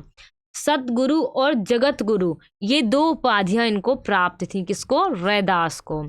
संत रैदास का परिचय, जो इनका पूरा जीवन परिचय रहा है। रैदास कबीर के समकालीन थे और कबीर के समान इनकी साधना भूमि की काशी थी, ठीक है। वो जिस तरीके से कबीर भी ऐसा माना जाता है जो काशी में ही हुए थे और वहीं से वो पले बड़े, उसी प्रकार जो हमारा संत रैदास हैं वो भी उनकी जो भूमि रही है वो कौन सी रही है, काशी। संत कवि रैदास का जन्म जो है काशी में माघ पूर्णिमा के दिन आप कह सकते हो 1433 के अंदर हुआ था। कहा जाता है कि इस दिन क्या था, हमारा रविवार था, तो रविवार होने के कारण इनका नाम क्या रख दिया गया, रविदास रख दिया गया। और वो बोलते बोलते आगे जैसे लोगों ने बोला और इस तरीके से वो रविदास की जगह आप क्या बोला जाने लग गया, उसको रैदास बोला जाने लग गया। इसलिए इनको रैदास भी बोलते हैं हम और रविदास भी बोलते हैं, ठीक है, दोनों ही इनके नाम हैं हमारे। रैदास जो थे वो जूता बनाने का काम करते थे, यानी आप कह सकते हो इनकी जो आप पारिवारिक जो पूरा काम था इनका, वो जो जूते चमड़ा वाला जो काम होता है, उनकी जो पूरी फैमिली है वो जूते बनाने वाला काम करती थी। उनका ये पूरा क्या कह सकते हैं हम, उनका बिजनेस था, यानी उनका पूरा ये व्यवसाय था। कबीर के समान रैदास भी बहुत प्रसिद्ध हुए। ठीक है, जिस तरीके से जो कबीर हैं काफ़ी प्रसिद्ध कविकार माने जाते हैं, उसी प्रकार जो हमारे संत रैदास हैं वो भी एक प्रसिद्ध आप कह सकते हो कवि हैं। कबीर ने भी उन्हें संत में रविदास संत कहा है। उनके नाम पर रैदासी अथवा रविदासी पंथ चला, जिसका प्रभाव जो है फर्रुखाबाद और मिर्ज़ापुर के आसपास हमें देखने को मिलता है। ठीक है, इनके नाम से जो इनका रैदास नाम है, उसी नाम से दो पंथ हम कह सकते हैं वो आगे बढ़े थे, चले थे, रैदासी और रविदासी। ये दो पंथ जो है आगे बढ़े, वो हमें उसका प्रभाव इन दो जगहों पर देखने को मिलता है। आगे देखते हैं हम अपना। रैदास का जो जन्म है वो चर्मकार जाति में हुआ था। चर्मकार यानी जो जूते बनाने वाली जो पूरी जाति होती है, यानी इस जाति को आप कह सकते हो दलित भी कहा जाता है, यानी वो नीची जाति मानी जाती है, उच्च जाति नहीं है, जिस वजह से उस समाज के अंदर उन्होंने काफ़ी सारी प्रॉब्लम कह सकते हो या समस्या कह सकते हो उनका फेस करना पड़ा उन्हें। ठीक है, क्योंकि उस समय में जो नीची जाति होती है उसको अछूता माना जाता था। ठीक है, और ऊंची जाति वालों लोग जो होते हैं वो छोटी जाति यानी नीची जाति वालों पे आप कह सकते हो अत्याचार करते थे, उनका शोषण करा करते थे, जिस वजह से उन्होंने काफ़ी सारी प्रॉब्लम को फेस करा था। रैदास के समय दलित समाज को शिक्षा से पूर्णतः वंचित रखा जाता था, और उस समय में जो दलित जाति वाले जितने भी लोग हुआ करते थे उनको शिक्षा का अधिकार नहीं था। जैसे आज के समय में चाहे हिंदू हो, चाहे मुस्लिम हो, चाहे जाति उनकी कोई सी भी हो, ऊंची हो नीची हो, सभी को क्या है, राइट टू एजुकेशन है। ठीक है, सभी को शिक्षा का अधिकार है। लेकिन उस समय के अंदर शिक्षा का अधिकार केवल किसको था, जो ऊंची जाति वाले जितने भी लोग थे, जो ऊंची जाति में जो पैदा होते हैं, उन्हीं को शिक्षा का अधिकार था। लेकिन रैदास के समय में ऐसा नहीं था, सिर्फ और सिर्फ ऊंची जाति वालों को था। इसी वजह से रैदास जो थे आप कह सकते हो वो पढ़े लिखे नहीं थे इतने। ठीक है, और उनको ना ही जो नीची जाति वाले हुआ करते थे, ना ही वो उन ग्रंथ जो भी उस समय में जो ग्रंथ वेद वगैरह पढ़ाए जाते थे बच्चों को, वो नीची जाति वाले लोग ना ही उसको पढ़ सकते थे और ना ही उसको सुन सकते थे। उन दोनों का ही अधिकार उनको प्राप्त नहीं था, आप कह सकते हो। रैदास की कोई रचना ग्रंथकारों को नहीं मिलती, यानी जितने भी ग्रंथकार रहे हैं उनकी कोई भी रचना उनको नहीं मिलती है। केवल फुटकर रचनाएं वो होती हैं जो बोलकर कही गई हों और आगे चलकर किसी और ने उनको आप कह सकते हो एक ग्रंथ के रूप में लिख दिया हो। क्योंकि रैदास जी खुद पढ़े लिखे नहीं थे, जिस प्रकार कबीर भी पढ़े लिखे नहीं थे उसी प्रकार रैदास भी पढ़े लिखे नहीं थे। उन्होंने सिर्फ अपने जो भी उनके वचन रहे हैं, जो भी उनके काव्य रहे हैं, उनको उन्होंने बोल के लोगों को बताया है। ठीक है, सिखों के पवित्र आदि गुरु ग्रंथ साहिब में इनके लगभग 40 पदों को संकलित किया गया है। ठीक है, जो सिखों का एक पवित्र ग्रंथ जो है हम सभी जानते हैं गुरु ग्रंथ साहिब, उसके अंदर उनके किनके रैदास के 40 पदों को आप कह सकते हो मिला लिया गया है। उनको उसके अंदर गुरु ग्रंथ साहिब में भी लिख लिया गया है कि क्योंकि उनके जो जितने भी पद थे वो बहुत अच्छे थे, जो लोगों को एक अच्छी शिक्षा देते हैं। ठीक है, इसलिए गुरु ग्रंथ साहिब में उसको शामिल कर लिया गया है। संत रैदास का भक्ति स्वरूप क्या था आखिर उनका? संत रैदास जो थे हमारे एक भक्त कवि थे और कबीर के समान वे किसी पर कटुक्ति या व्यंग नहीं करते थे। यानी जो समाज में जो भी क्रूतियाँ वगैरह चल रही हैं उसके ऊपर डायरेक्ट व्यंग नहीं करा करते थे, जिस प्रकार कबीर ने करी थी। चाहे हिंदू मुस्लिम को लेकर जो भी कड़ी से कड़ी उन्होंने व्यंग करी थी। राम रहीम कृष्ण करीमा की एकता को रैदास भी मानते हैं। इन तीनों की एकता को कौन है? रैदास माना करते हैं। रैदास ने भक्ति का सरलतम रूप उन लोगों के लिए प्रस्तुत किया जो शास्त्रों और योग की जटिलताओं को नहीं समझ पाते। यानी रैदास का जो सरलता का जो भक्ति का जो पूरा स्वरूप था, वो मार्ग जो था, वो उन्होंने किन लोगों के लिए प्रस्तुत करा? जो शास्त्र हैं, पुराने ग्रंथ हैं, जो धर्म के अंदर इतनी सारी जटिलताएं हैं उनको नहीं समझ पाते हैं जो लोग, वो जो रैदास ने अपने पदों के अंदर जो भक्ति का जो स्वरूप बताया, अगर उसको भी फॉलो करते हैं तो वो लोग क्या है? सच्चे भक्त बन जाएंगे। रैदास की वाणी भक्ति की सच्ची भावना, समाज के व्यापक हित की कामना तथा मानव प्रेम से ओतप्रोत होती है, आप कह सकते हो। ठीक है, आगे हमारा क्या है? जितनी भी उनके वाणी वगैरह रही है रैदास की, इनका व्यापक प्रभाव जो है पूरे समाज पे पड़ा और ये काफ़ी ज़्यादा आप कह सकते हो प्रसिद्ध कवि माने जाते हैं हमारे। तो इस तरीके से ये पूरा हमारे जो रैदास जी हैं उनके बारे में यहाँ पे इस क्वेश्चन के अंदर बताया गया है। आप इसको अच्छी तरीके से पढ़ सकते हो। इस नोट्स को परचेज करने के बाद इसका लिंक आपको वीडियो के डिस्क्रिप्शन बॉक्स में मिल जाएगा। चलिए देखते हैं अपना next question. Next 9th question है हमारा, भूषण का परिचय दीजिए तथा इनके कवित्वों का प्रतिपाक कीजिए। जो इनके द्वारा जो कविता लिखी गई है उसका हमें प्रतिपाक करना है और उनका पूरा जीवन परिचय को बताना है हमें। रस के महाकवि भूषण भारतीय संस्कृति के अन्य भक्त थे, मतलब एक अलग प्रकार के भक्त थे जिन्होंने क्या करा, रसों का अपने काव्यों के अंदर बहुत ही सुंदर तरीके से प्रयोग करा। जितने भी हमारे रस हैं, श्रृंगार रस वगैरह, इन सभी का बहुत ही सुंदर तरीके से अपने काव्यों के अंदर प्रयोग करा। शिवाजी एवं छत्रसाल की प्रशंसा में काव्य रचना की और राष्ट्रीयता एवं देश प्रेम की जो भाव जागृत किया वे आज भी लोगों द्वारा सराहाए जाते हैं। यानी उन्होंने जो जितनी भी काव्य रचना करी उसके अंदर राष्ट्रीयता और देश प्रेम की भावना को वो क्या कर देते हैं, जगा देते हैं, यानी उसको आप कह सकते हो बढ़ा देते हैं। अगर उनके कोई काव्य को पढ़ता है तो उसके अंदर राष्ट्रीयता की भावना आ जाएगी, यानी देश के द्वारा जो प्रेम की जो भावना है वो उत्पन्न हो जाएगी। ठीक है, जीवन परिचय के अंदर क्या आएगा हमारा, भूषण का जो जन्म है वो कानपुर जिले के तिकावुर नामक गांव से, मतलब 1670 किलोमीटर आप दूरी पे मान सकते हो, वहाँ पे हुआ था। उनका पिता का नाम यहाँ पे बता रखा रत्नाकर त्रिपाठी था। ठीक है, भूषण के 3 भाई थे, चिंतमानिन, मतरीराम और नीलकंठ। ये इनके 3 भाई थे जो रीतिकाल के प्रसिद्ध कवि आप कह सकते हो माने जाते हैं।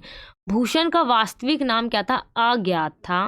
भूषण की उपाधि उन्हें किसके द्वारा प्राप्त हुई थी, चित्रकूट के राजा थे हमारे रुद्रराम ने प्रदान की थी। ये आप कह सकते हो भूषण एक उनकी उपाधि थी। और ये जो हमारे अज्ञात नामक जो हमारे कवि थे वो आप कह सकते हो प्रसिद्ध हुए। भूषण गृह त्याग कर दिल्ली में औरंगजेबाद के दरबार में चले गए थे, जो जिनसे इनकी शादी वगैरह हुई थी। उसके बाद उन्होंने क्या करा, वो पारिवारिक रूप से उसके अंदर वो खुश नहीं थे, जिस कारण वो क्या कर देते हैं, अपने घर को त्याग देते हैं और वो दिल्ली में औरंगजेबाद एक दरबार था वहाँ पर राजा के दरबार में जाकर बस जाते हैं।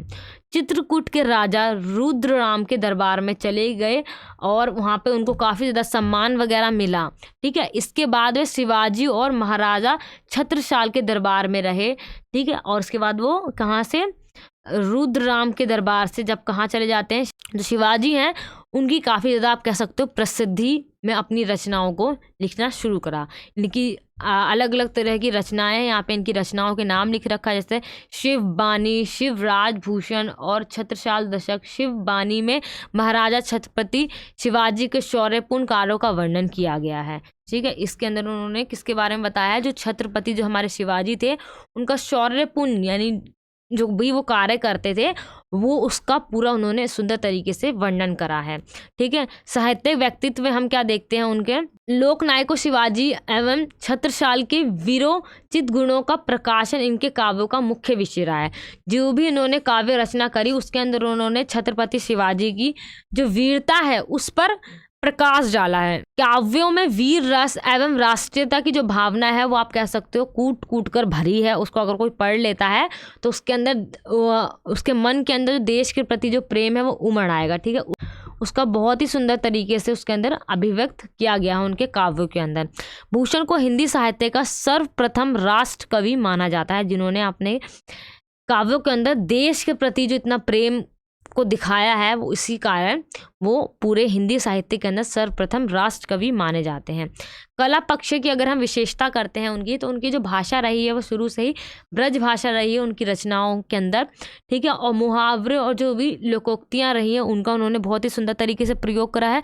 साथ ही उन्होंने रसों का भी बहुत सुंदर तरीके से प्रयोग करा, आप कह सकते हो। अलग अलग भाषाओं के द्वारा उन्होंने अलग अलग तरीके से शब्दों को लिया और अपने रचनाओं के अंदर उन्होंने लिखा उसके द्वारा।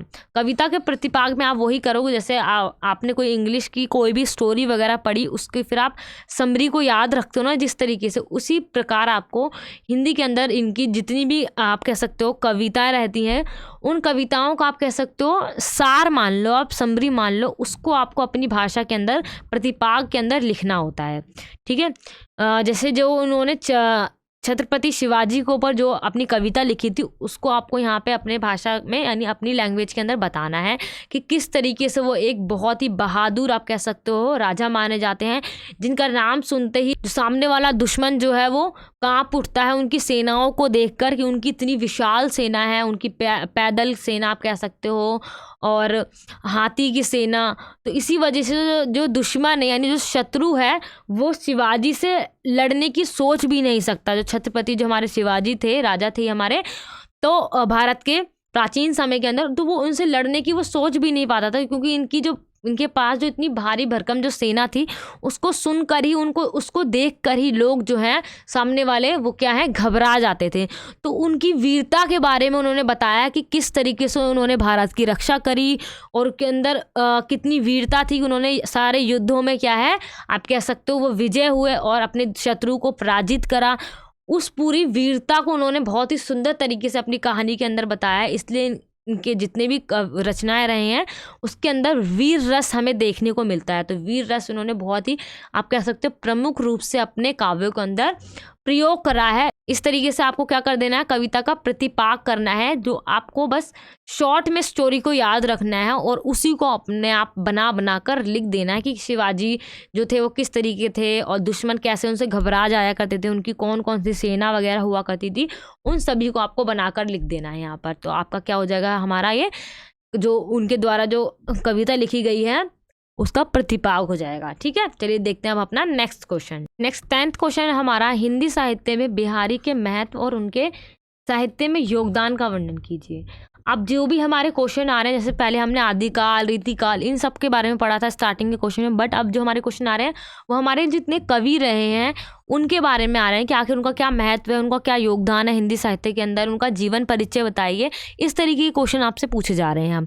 ठीक है, तो हम इसके अंदर काफ़ी सारे कवि हैं, तो सारे कवि तो आपके एग्जाम के अंदर नहीं आएंगे, कुछ ही कवि आएंगे, इसलिए आपको 3 से 4 कवियों को याद कर लेना है, उनके महत्व, उनका जीवन परिचय वगैरह को, ताकि आपके एग्जाम में अगर एक भी कवि आ जाता है तो आप उसको ईजिली अपने आप बनाकर लिख सको। इस नोट्स को परचेस कर लेना। इस नोट्स में आपको ईजिली सब कुछ बताया गया है, फॉर्मेट दिखाया गया है कि आपको एग्जाम के अंदर किस तरीके से लिखना है, और जो आंसर लिखे गए हैं बहुत ही आप कह सकते हो आसान लैंग्वेज में लिखे गए हैं, तो आप इसको ईजिली रीड करके भी याद कर सकते हो। ठीक है, तो इसके अंदर अभी हम सिंपल सा थोड़ा सा ही पढ़ेंगे हल्का सा कि आखिर बिहारी का महत्व क्या है, उनका योगदान क्या है। बाकी मेन जो क्वेश्चन होता है हमारा वो होता है सप्रसंग व्याख्या का होता है कि आखिर सप्रसंग व्याख्या लिखते कैसे हैं, लिखने का फॉर्मेट क्या होता है सप्रसंग व्याख्या का, वो काफ़ी सारे स्टूडेंट को पता भी होगा। ठीक है, और काफ़ी सारे स्टूडेंट को नहीं भी पता होगा। जिसको पता है और जिसको नहीं पता है उन दोनों को ही मैं बता दूंगी किस तरीके से आपको कॉलेज के अंदर सप्रसंग व्याख्या को लिखना होता है। ठीक है, सबसे पहले हम ये वाला क्वेश्चन को देख लेते हैं। यहाँ पे परिचय में आपको ये बता रखा है जो बिहारी हैं वो बहुत सर्वाधिक लोकप्रिय कवि माने जाते हैं रीतिकाल के अंदर, क्योंकि उनको बहुत ज़्यादा आप कह सकते हो प्रसिद्धि प्राप्त हुई थी। बिहारी ने 700 दोहों को लिखकर ही ऐसी कृति अर्जित की है कि जो 7000 दोहे लिखकर भी कवियों के लिए दुर्बल है। यानी जिन कवियों ने 7000 दोहों को लिखकर भी इतनी प्रसिद्धि, इतनी लोकप्रियता प्राप्त नहीं करी, जो बिहारी ने सिर्फ और सिर्फ 700 दोहों लिखकर ही प्राप्त कर ली। यानी इनके दोहों में कुछ तो ऐसी बात रही होगी कि लोगों ने इतना ज़्यादा पसंद करा, इनके दोहे इतने ज़्यादा प्रसिद्ध हुए, इतने ज़्यादा लोकप्रिय कवि बन गए हमारे बिहारी।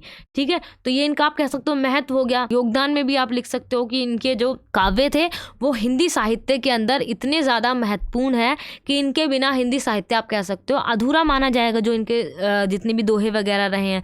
ठीक है, क्योंकि इन्होंने जो भी 700 दोहे लिखे वो बहुत ज़्यादा आप कह सकते हो इम्पॉर्टेंट रहे हमारे हिंदी साहित्य के अंदर।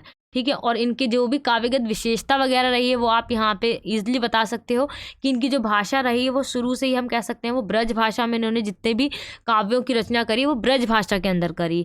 भाव पक्षीय विशेषता के अंदर जैसे मैंने आपको बताया था गागर में सागर भरने की बात करते हैं ये, कि छोटे से गागर के अंदर उन्होंने पूरा सागर भर दिया। यानी कम से कम शब्दों को प्रयोग कर कम से कम दोहों को लिखकर भी उन्होंने पूरे अच्छी तरीके से सभी बातों को स्पष्ट कर दिया और अधिक से अधिक लोगों को ये सारी चीज़ें पसंद आई थी। ठीक है, भक्ति एवं नीति प्रार्थना रचनाएं रची इन्होंने।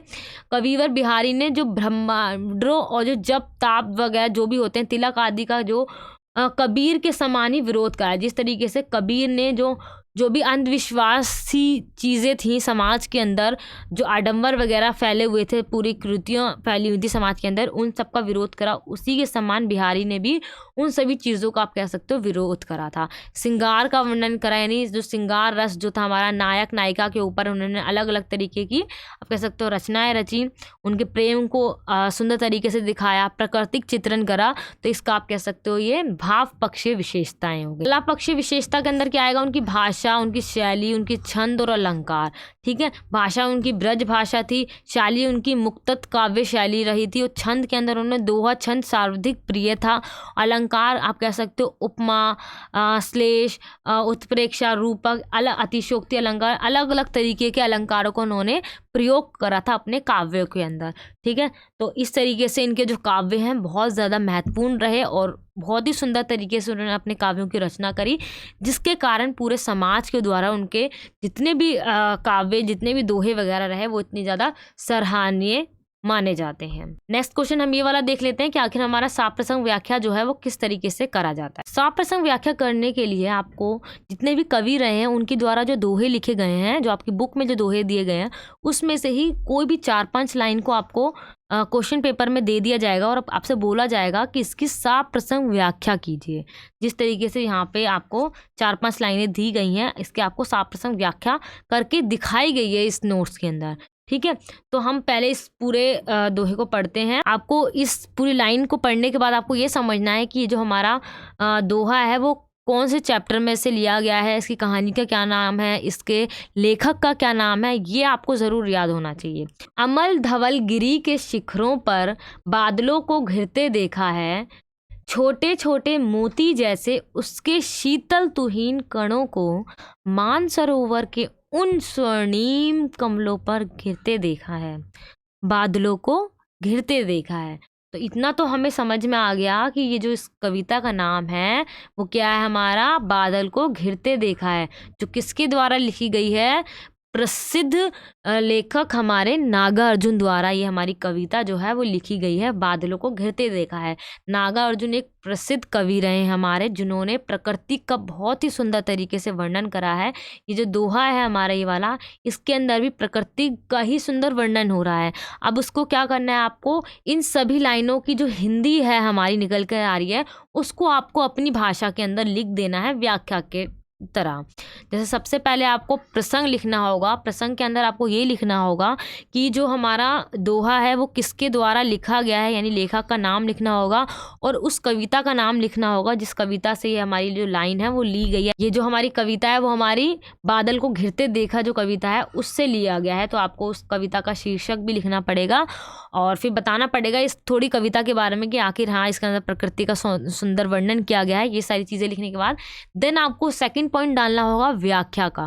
व्याख्या के अंदर आपको क्या करना होगा, ये जो लाइन है हमारी, जो दोहे की जो लाइन्स हैं ये, इनको आपको क्या कर देना होगा, यहाँ पे अपनी भाषा के अंदर उसको आप कह सकते हो एक्सप्लेन करना होगा। जैसे यहाँ पे सबसे पहली लाइन हमारी क्या थी इसकी, अमल धवल गिरी के शिखरों पर बादल को घिरते देखा है। अब इसकी यहाँ पे आप कह सकते हो क्या एक्सप्लेनेशन आ रही है। नागार्जुन कवि कहते हैं कि मैंने स्वच्छ और उज्जवल पर्वत के शिखरों पर घिर कर आने वाले बादलों को देखा है, यानी जो इतने ऊंचे ऊंचे पर्वत हैं उनके ऊपर मैंने काले काले बादलों को क्या है घिरते हुए देखा है, पूरे वातावरण को सुशोभित कर देते हैं। और ये जो पूरे काले काले जो बादल हैं जो घिर रहे हैं वो पूरे हमारे वातावरण को क्या कर देते हैं, सुशोभित कर देते हैं, यानी सुंदर बना देते हैं। ठीक है, आगे की लाइन हमारी क्या है, छोटे छोटे मोती जैसे उसके शीतल तुहीन कणों को मान सरोवर के उन स्वर्णिम कमलों पर गिरते देखा है, बादलों को घिरते देखा है। ठीक है, यहाँ पे इसकी क्या एक्सप्लेनेशन आएगी हमारी, सुबह के समय ओस की मोती जैसी नन्ही नन्ही बूंदें जो हैं, जब वो मान सरोवर में खिले जो कमल के जो फूल हैं उनकी पंखुड़ियाँ जो हैं उनके ऊपर जब गिरती हैं वो बूंदें, बादलों में से जो बारिश होती है उनकी जो बूंदें हैं, जो मान सरोवर के अंदर जो कमल के फूल खिले हुए हैं उनकी पंखुड़ियों पे जाकर जब वो बूंदें गिरती हैं तो वो किस प्रकार लगती हैं, बिल्कुल एक मोती के प्रकार लगती हैं। ठीक है, तो और उन सारी चीज़ों को उन्होंने अपनी आंखों से देखा है, इसलिए वो कहते हैं उन्हें मोतियों की लड़ियों से सुसज्जित किया है। जो पंखुड़ियाँ हैं वो ओस की बूंदों ने क्या कर दिया है, मोतियों की लड़ियों से सुसज्जित किया है, और उसी को आगे बोलते हैं उन्होंने बादलों को घिरते देखा है अपनी आंखों से ऊंचे ऊंचे पर्वतों पर। ठीक है, अब विशेष के अंदर आपको क्या लिखना होता है, इस पूरी कविता के अंदर कौन सी भाषा का प्रयोग करा गया है और किस चीज़ के बारे में, किसकी सुंदरता का चित्रण किया गया है, कौन से अलंकारों का प्रयोग किया गया है। ठीक है, ये सारी चीज़ें आपको विशेष के अंदर लिखनी होती हैं। जैसे इस कविता के अंदर जो हमारी संस्कृत निष्ठ जो भाषा है उसका प्रयोग करा गया है, प्रकृति को बहुत ही सुंदर तरीके से दिखाया गया है। ठीक है, किस तरीके से बादल घिर रहे हैं, किस तरीके से बारिश हो रही है, और कमल के जो पंखुड़ियां हैं उसके ऊपर बूंदें गिर रही हैं, मोती के समान लग रही हैं। तो ये सारी चीज़ें जो है प्रकृति की सुंदरता को दर्शा रहे हैं। तो इसलिए हम कह सकते हैं उन्होंने प्राकृतिक सुंदरता का इस पूरी कविता के अंदर वर्णन करा है। छोटे छोटे मोती जैसे में उपमा अलंकार है। ठीक है, इसके अंदर कौन सा अलंकार आ रहा है, हमारे उपमा अलंकार बन के आ रहा है। दृश्य बिंब प्रस्तुत किया है, यानी जो कविता लिखते हैं अगर उसको जब पढ़ा जाता है तो वो पूरा दृश्य जो है वो हमारी आंखों के सामने आ जाता है। जैसे हमने पढ़ा ऊंचे ऊंचे पर्वतों के ऊपर जो बादल हैं वो घिर रहे हैं, यानी वो बादल घिरते हुए हमें अपने आप ऑटोमेटिकली क्या है, हमारी आंखों के सामने वो दृश्य बन रहा है। कमल के ऊपर वो पानी की जो ओस की जो बूंदें हैं वो भी हमें दिखाई दे रही हैं। ठीक है, वो सारी चीज़ें क्या है, हमारी विजुअल हो जा रही हैं। ठीक है, वो क्या, इसको क्या कहते हैं हम, दृश्य बिंब प्रस्तुत किया गया है। ठीक है, ये सारी चीज़ें जो है हमें इस तरीके से जो है हमें क्या करना होता है, सप्रसंग व्याख्या को लिखना होता है। इसका हो गया आपका फॉर्मेट। ठीक है, आई होप आपको ये पूरा व्याख्या किस तरीके से करनी है वो समझ में आ गया होगा। मैंने सिर्फ और सिर्फ आपको फॉर्मेट के तरीके से बताया है कि ज़रूरी नहीं है कि आपके एग्ज़ाम के अंदर जो मैंने आपको जो ये वाली कविता बताई है, बादल को घिरते देखा है, यही आ जाए। हो सकता है आ जाए ये भी, बट कंफर्म नहीं है, क्योंकि इतने सारे दोहे हैं अलग अलग कवियों के, कोई भी आ सकता है। तो उसके अंदर मैंने आपको 2-3 दोहे करके सॉल्व करके दिखा रखे हैं, तो आप उसको पढ़ लेना। आपको फॉर्मेट पता होना चाहिए किस तरीके से लिखना है, और सारे कवियों का नाम याद होना चाहिए, फिर आप उसको ईजिली बनाकर लिख सकते हो। ठीक है, नेक्स्ट क्वेश्चन देखते हैं अपना शॉर्ट नोट्स। तो 13 क्वेश्चन जो है हमारा, उसके अंदर हमारा क्या है, शॉर्ट नोट्स को पूछा गया है। मैंने यहाँ पे आपको टोटल 5 शॉर्ट नोट्स करके दिखाए हैं, बट एग्जाम में आपको सिर्फ और सिर्फ 2 शॉर्ट नोट्स को करना होता है। टोटल 4 को आते हैं, उसमें से 2 आपको करना होता है। ठीक है, सबसे पहला जो है हमारा वो क्या है, राष्ट्रभाषा और राजभाषा में अंतर। राष्ट्रभाषा वो होती है जो हमारी पूरी राष्ट्र की जो भाषा होती है, पूरे देश की जो भाषा होती है, और राजभाषा वो होती है जो अलग अलग स्टेट की जो भाषा होती है, उसको हम क्या कहते हैं, राजभाषा कहते हैं। राष्ट्रभाषा के अंदर हमारे केवल 22 यानी 22 ऐसी भाषाएं जिसको मान्यता प्राप्त है राष्ट्रभाषा के रूप में। जो हमारे संविधान की जो 8वीं सूची है उसके अंदर उन सभी भाषाओं को, उन 22 भाषाओं को शामिल किया गया है, उनको स्वीकृति मिल गई है कि वो क्या है, हमारी राष्ट्रीय भाषा है। राजभाषा वो होती है हमारी जो हमारे प्रशासन के जितने भी कार्य होते हैं, ठीक है, उसके अंदर जो इस भाषा का प्रयोग करा जाता है उसको हम क्या कहते हैं, एक राजभाषा कहते हैं। तो ये क्वेश्चन बहुत ही ईजी है, इस शॉर्ट नोट्स को आप अपने आप ईजिली बनाकर लिख सकते हो। ठीक है, आपको केवल क्या करना है, एक बार रीड करना है, आप इसको आसानी से बनाकर लिख सकते हो। नेक्स्ट जो हमारा शॉर्ट नोट्स है वो क्या है, हमारा सूफी काव्य की हमें प्रवृत्तियां बतानी है। प्रवृत्तियों का मीन्स होता है हमारा उनकी विशेषताओं को बताना है हमें। ठीक है, हिंदी साहित्य में जो हमारे निर्गुण काव्य धारा की जो 2 शाखाएं में विभाजित किया है, जो निर्गुण के अंदर 2 भाग में इसको डिवाइड किया गया है। एक है हमारा प्रेम मार्गी शाखा, दूसरा है हमारा ज्ञान श्री शाखा। ठीक है, प्रेम मार्गी के अंदर जो हमारी जो शाखा आती है उसके अंदर हमारे जो भी सूफी काव्य रहे हैं वो आते हैं हमारे। ठीक है, संत काव्य धारा में सूफी काव्य परंपरा हिंदी साहित्य के भक्ति काल की एक प्रमुख काव्य परंपरा है। ठीक है, इसको एक बहुत ही प्रमुख काव्य परंपरा माना जाता है। मुस्लिम धर्म से हैं, लेकिन इनमें धार्मिक कट्टरता का अभाव है। जितने भी हमारे सूफी संत रहे हैं वो मुस्लिम धर्म से तो आप कह सकते हो हैं, बिलोंग करते हैं, बट उनके अंदर धार्मिक कट्टरता का अभाव है, वो इतना मौजूद नहीं है, इतने धार्मिक को लेकर इतने कट्टर नहीं है। हिंदी के प्रथम सूफी कवि मुल्ला दाऊद को माना जाता है। ठीक है, ये हमारे आप कह सकते हो प्रथम सूफी कवि माने जाते हैं। इनके जितने भी काव्य रहे हैं उनकी विशेषताएं क्या हैं, जैसे यहाँ पे सबसे पहला विशेषता है लौकिक प्रेम के माध्यम से अलौकिक प्रेम की व्यंजन। यानी लौकिक, यानी जहाँ पे अभी हम रह रहे हैं, जिस दुनिया के अंदर हम रह रहे हैं, उसके अंदर इस तरीके की काव्यों की रचना करी उन्होंने। उसके माध्यम से वो क्या बताते हैं, अलौकिक प्रेम की व्यंजना करते हैं, यानी जो मरने के बाद का जो जीवन होगा हमारा, उसके बारे में हमें बताते हैं। लौकिक प्रेम में कहानियाँ अलौकिक प्रेम में अभिव्यंजना करती हैं। ठीक है, प्रेम कहानियों को विस्तार भी दिया गया। उन्होंने बहुत सारी ऐसी काव्य करी जो उसके अंदर प्रेम कहानियों को दिखाया गया है। प्रबंधन कल्पना के अंदर ये होता है कि जो सूफी काव्य धारा के जितने भी हमारे कवि वगैरह रहे, उन्होंने ऐसी कथा वगैरह, ऐसे काव्यों को लिखा जो बहुत ही ज़्यादा सुसंगठित हो और व्यवस्थित तरीके से रोचक हो और आकर्षक भी हो। उन सभी घटकों से आप कह सकते हो, उन सभी तत्वों से आप कह सकते हो मिला हुआ उनका पूरा स्वरूप होता है, पूरे सभी से ये युक्त होते हैं। प्रेम प्रेमिकाओं का वर्णन भी हुआ है इनके काव्यों के अंदर। ठीक है, जो नायक नायिका जिसे हम कहते हैं या प्रेम प्रेमिका, उनके प्रेम के बारे में भी बहुत ही सुंदर तरीके से उन्होंने अपने काव्यों के अंदर बता रखा है, चित्रण करा है। चरित्रांकन में क्या होता है, हमारा नायक नायिका के संपूर्ण जीवन का जो चित्र है प्रस्तुत ना करके उनके प्रेम प्रावधान पक्ष को ही सिर्फ और सिर्फ महत्व दिया गया है। जो नायक और जो नायिका के बारे में जो अपने काव्यों के अंदर लिखते हैं, उसका पूरा जीवन नहीं बताते हैं, शुरू से लेकर कि कब पैदा हुए, कैसे कैसे बड़े हुए, उसको ना बताकर डायरेक्ट वो क्या करते हैं, जहाँ से उनको प्रेम होना शुरू हुआ था उसका चित्रण प्रस्तुत करते हैं और उनको क्या क्या उनके सामने समस्याएं, ये सारी चीज़ों को वो अपने क्या करते हैं, काव्यों के अंदर बताते हैं। जो हमारा फोर्थ पॉइंट है वो क्या है, हमारा लोक पक्ष का चित्रण। लोक पक्ष के चित्रण के अंदर क्या होता है, जो उस समय तत्कालीन समाज के अंदर जो भी समस्याएं चल रही थी लोगों के जीवन के अंदर, सामाजिक समस्याएं, चाहे अंधविश्वास हो गया, जादू टोना हो गया, ये सारी चीज़ें जो चल रही थी, उन सभी को उन्होंने अपने काव्यों के अंदर आप कह सकते हो बताया है, चित्रित किया है।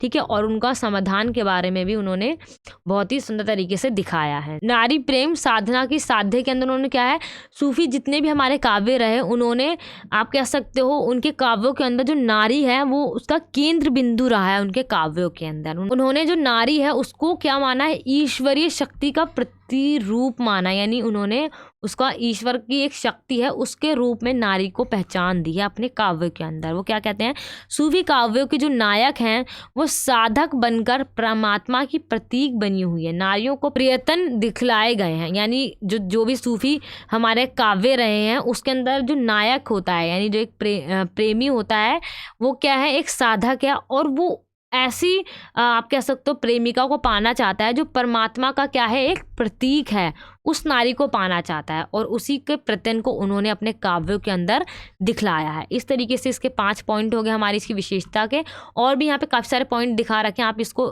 पढ़ के आसानी से समझ सकते हो।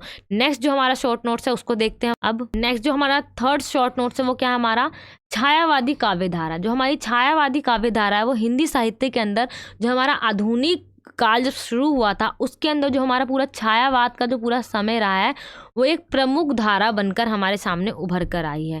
ठीक है, इस पूरी छायावादी काव्य धारा के अंदर जितने भी हमारे अंग्रेजी साहित्य रहे हैं उसका भी इस पूरी काव्य धारा के अंदर आप कह सकते हो उनके काव्यों के अंदर इसका प्रभाव देखने को मिलता है अंग्रेजी साहित्य का। क्योंकि आधुनिक समय के अंदर क्या हुआ था, अंग्रेज जो है भारत में आ चुके थे, इसलिए अंग्रेज़ों द्वारा जो साहित्य वगैरह लिखे गए थे उनका प्रभाव भारत के जो कवि रहे उनके साहित्यों के अंदर भी हमें देखने को मिलता है। इसकी हम विशेषताओं को देख लेते हैं क्या क्या है। जो पहली विशेषता है वो हमारी क्या है, श्रृंगार रस का प्रयोग। जो श्रृंगार रस होता है हमारा, उसका उन्होंने बहुत ही सुंदर तरीके से आप कह सकते हो अपने काव्यों के अंदर प्रयोग करा है और हमारे सामने उसको प्रस्तुत करा है। जैसे यहाँ पे बताया गया है, छायावादी युग के की कविताओं में श्रृंगार रस का प्रयोग किया गया है। इस युग का काव्य मुख्य रूप से श्रृंगारकारी है। आप कह सकते हो जितने भी काव्य रहे हैं उसके अंदर जो श्रृंगार रस है उसका प्रयोग हुआ ही हुआ है। सेकंड पॉइंट क्या है हमारा, व्यक्तिवाद की प्रधानता। यानी एक सिंगल व्यक्ति की क्या क्या प्रॉब्लम हो सकती हैं, क्या क्या समस्याएं हो सकती हैं, उसके जीवन किस किस तरीके का हो सकता है, वो सारी चीज़ें उन्होंने अपने काव्य के अंदर बताई हैं जो भी हमारे छायावादी कवि रहे हैं।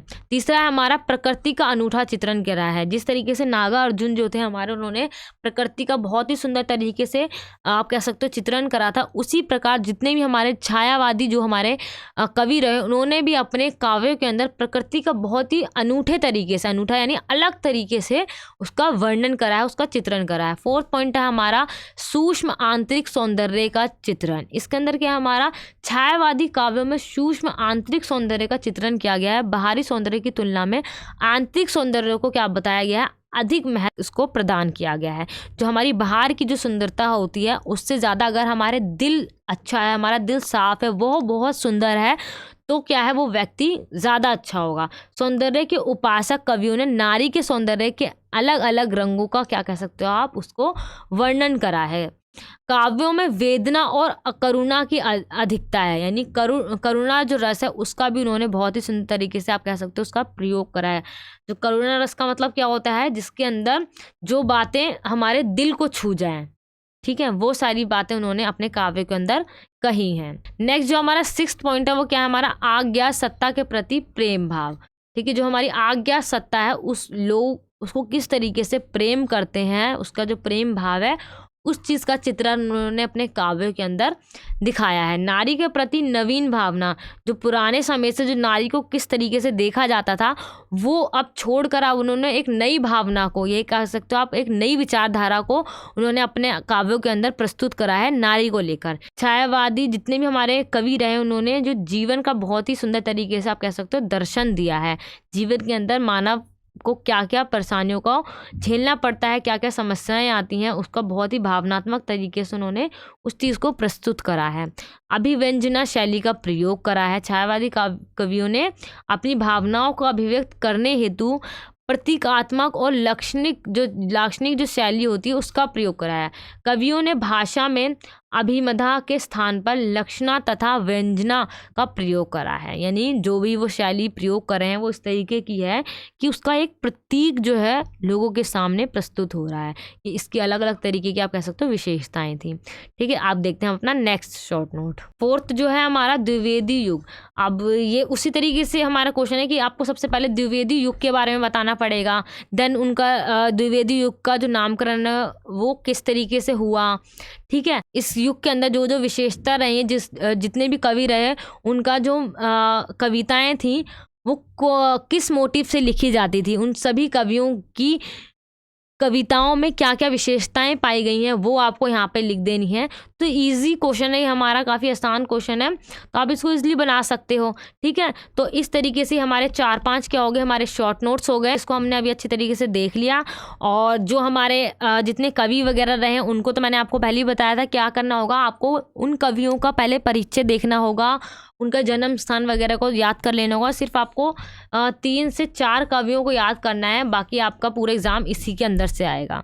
ठीक है, आई होप आपको सभी क्वेश्चन अच्छी तरीके से समझ में आ गए होंगे।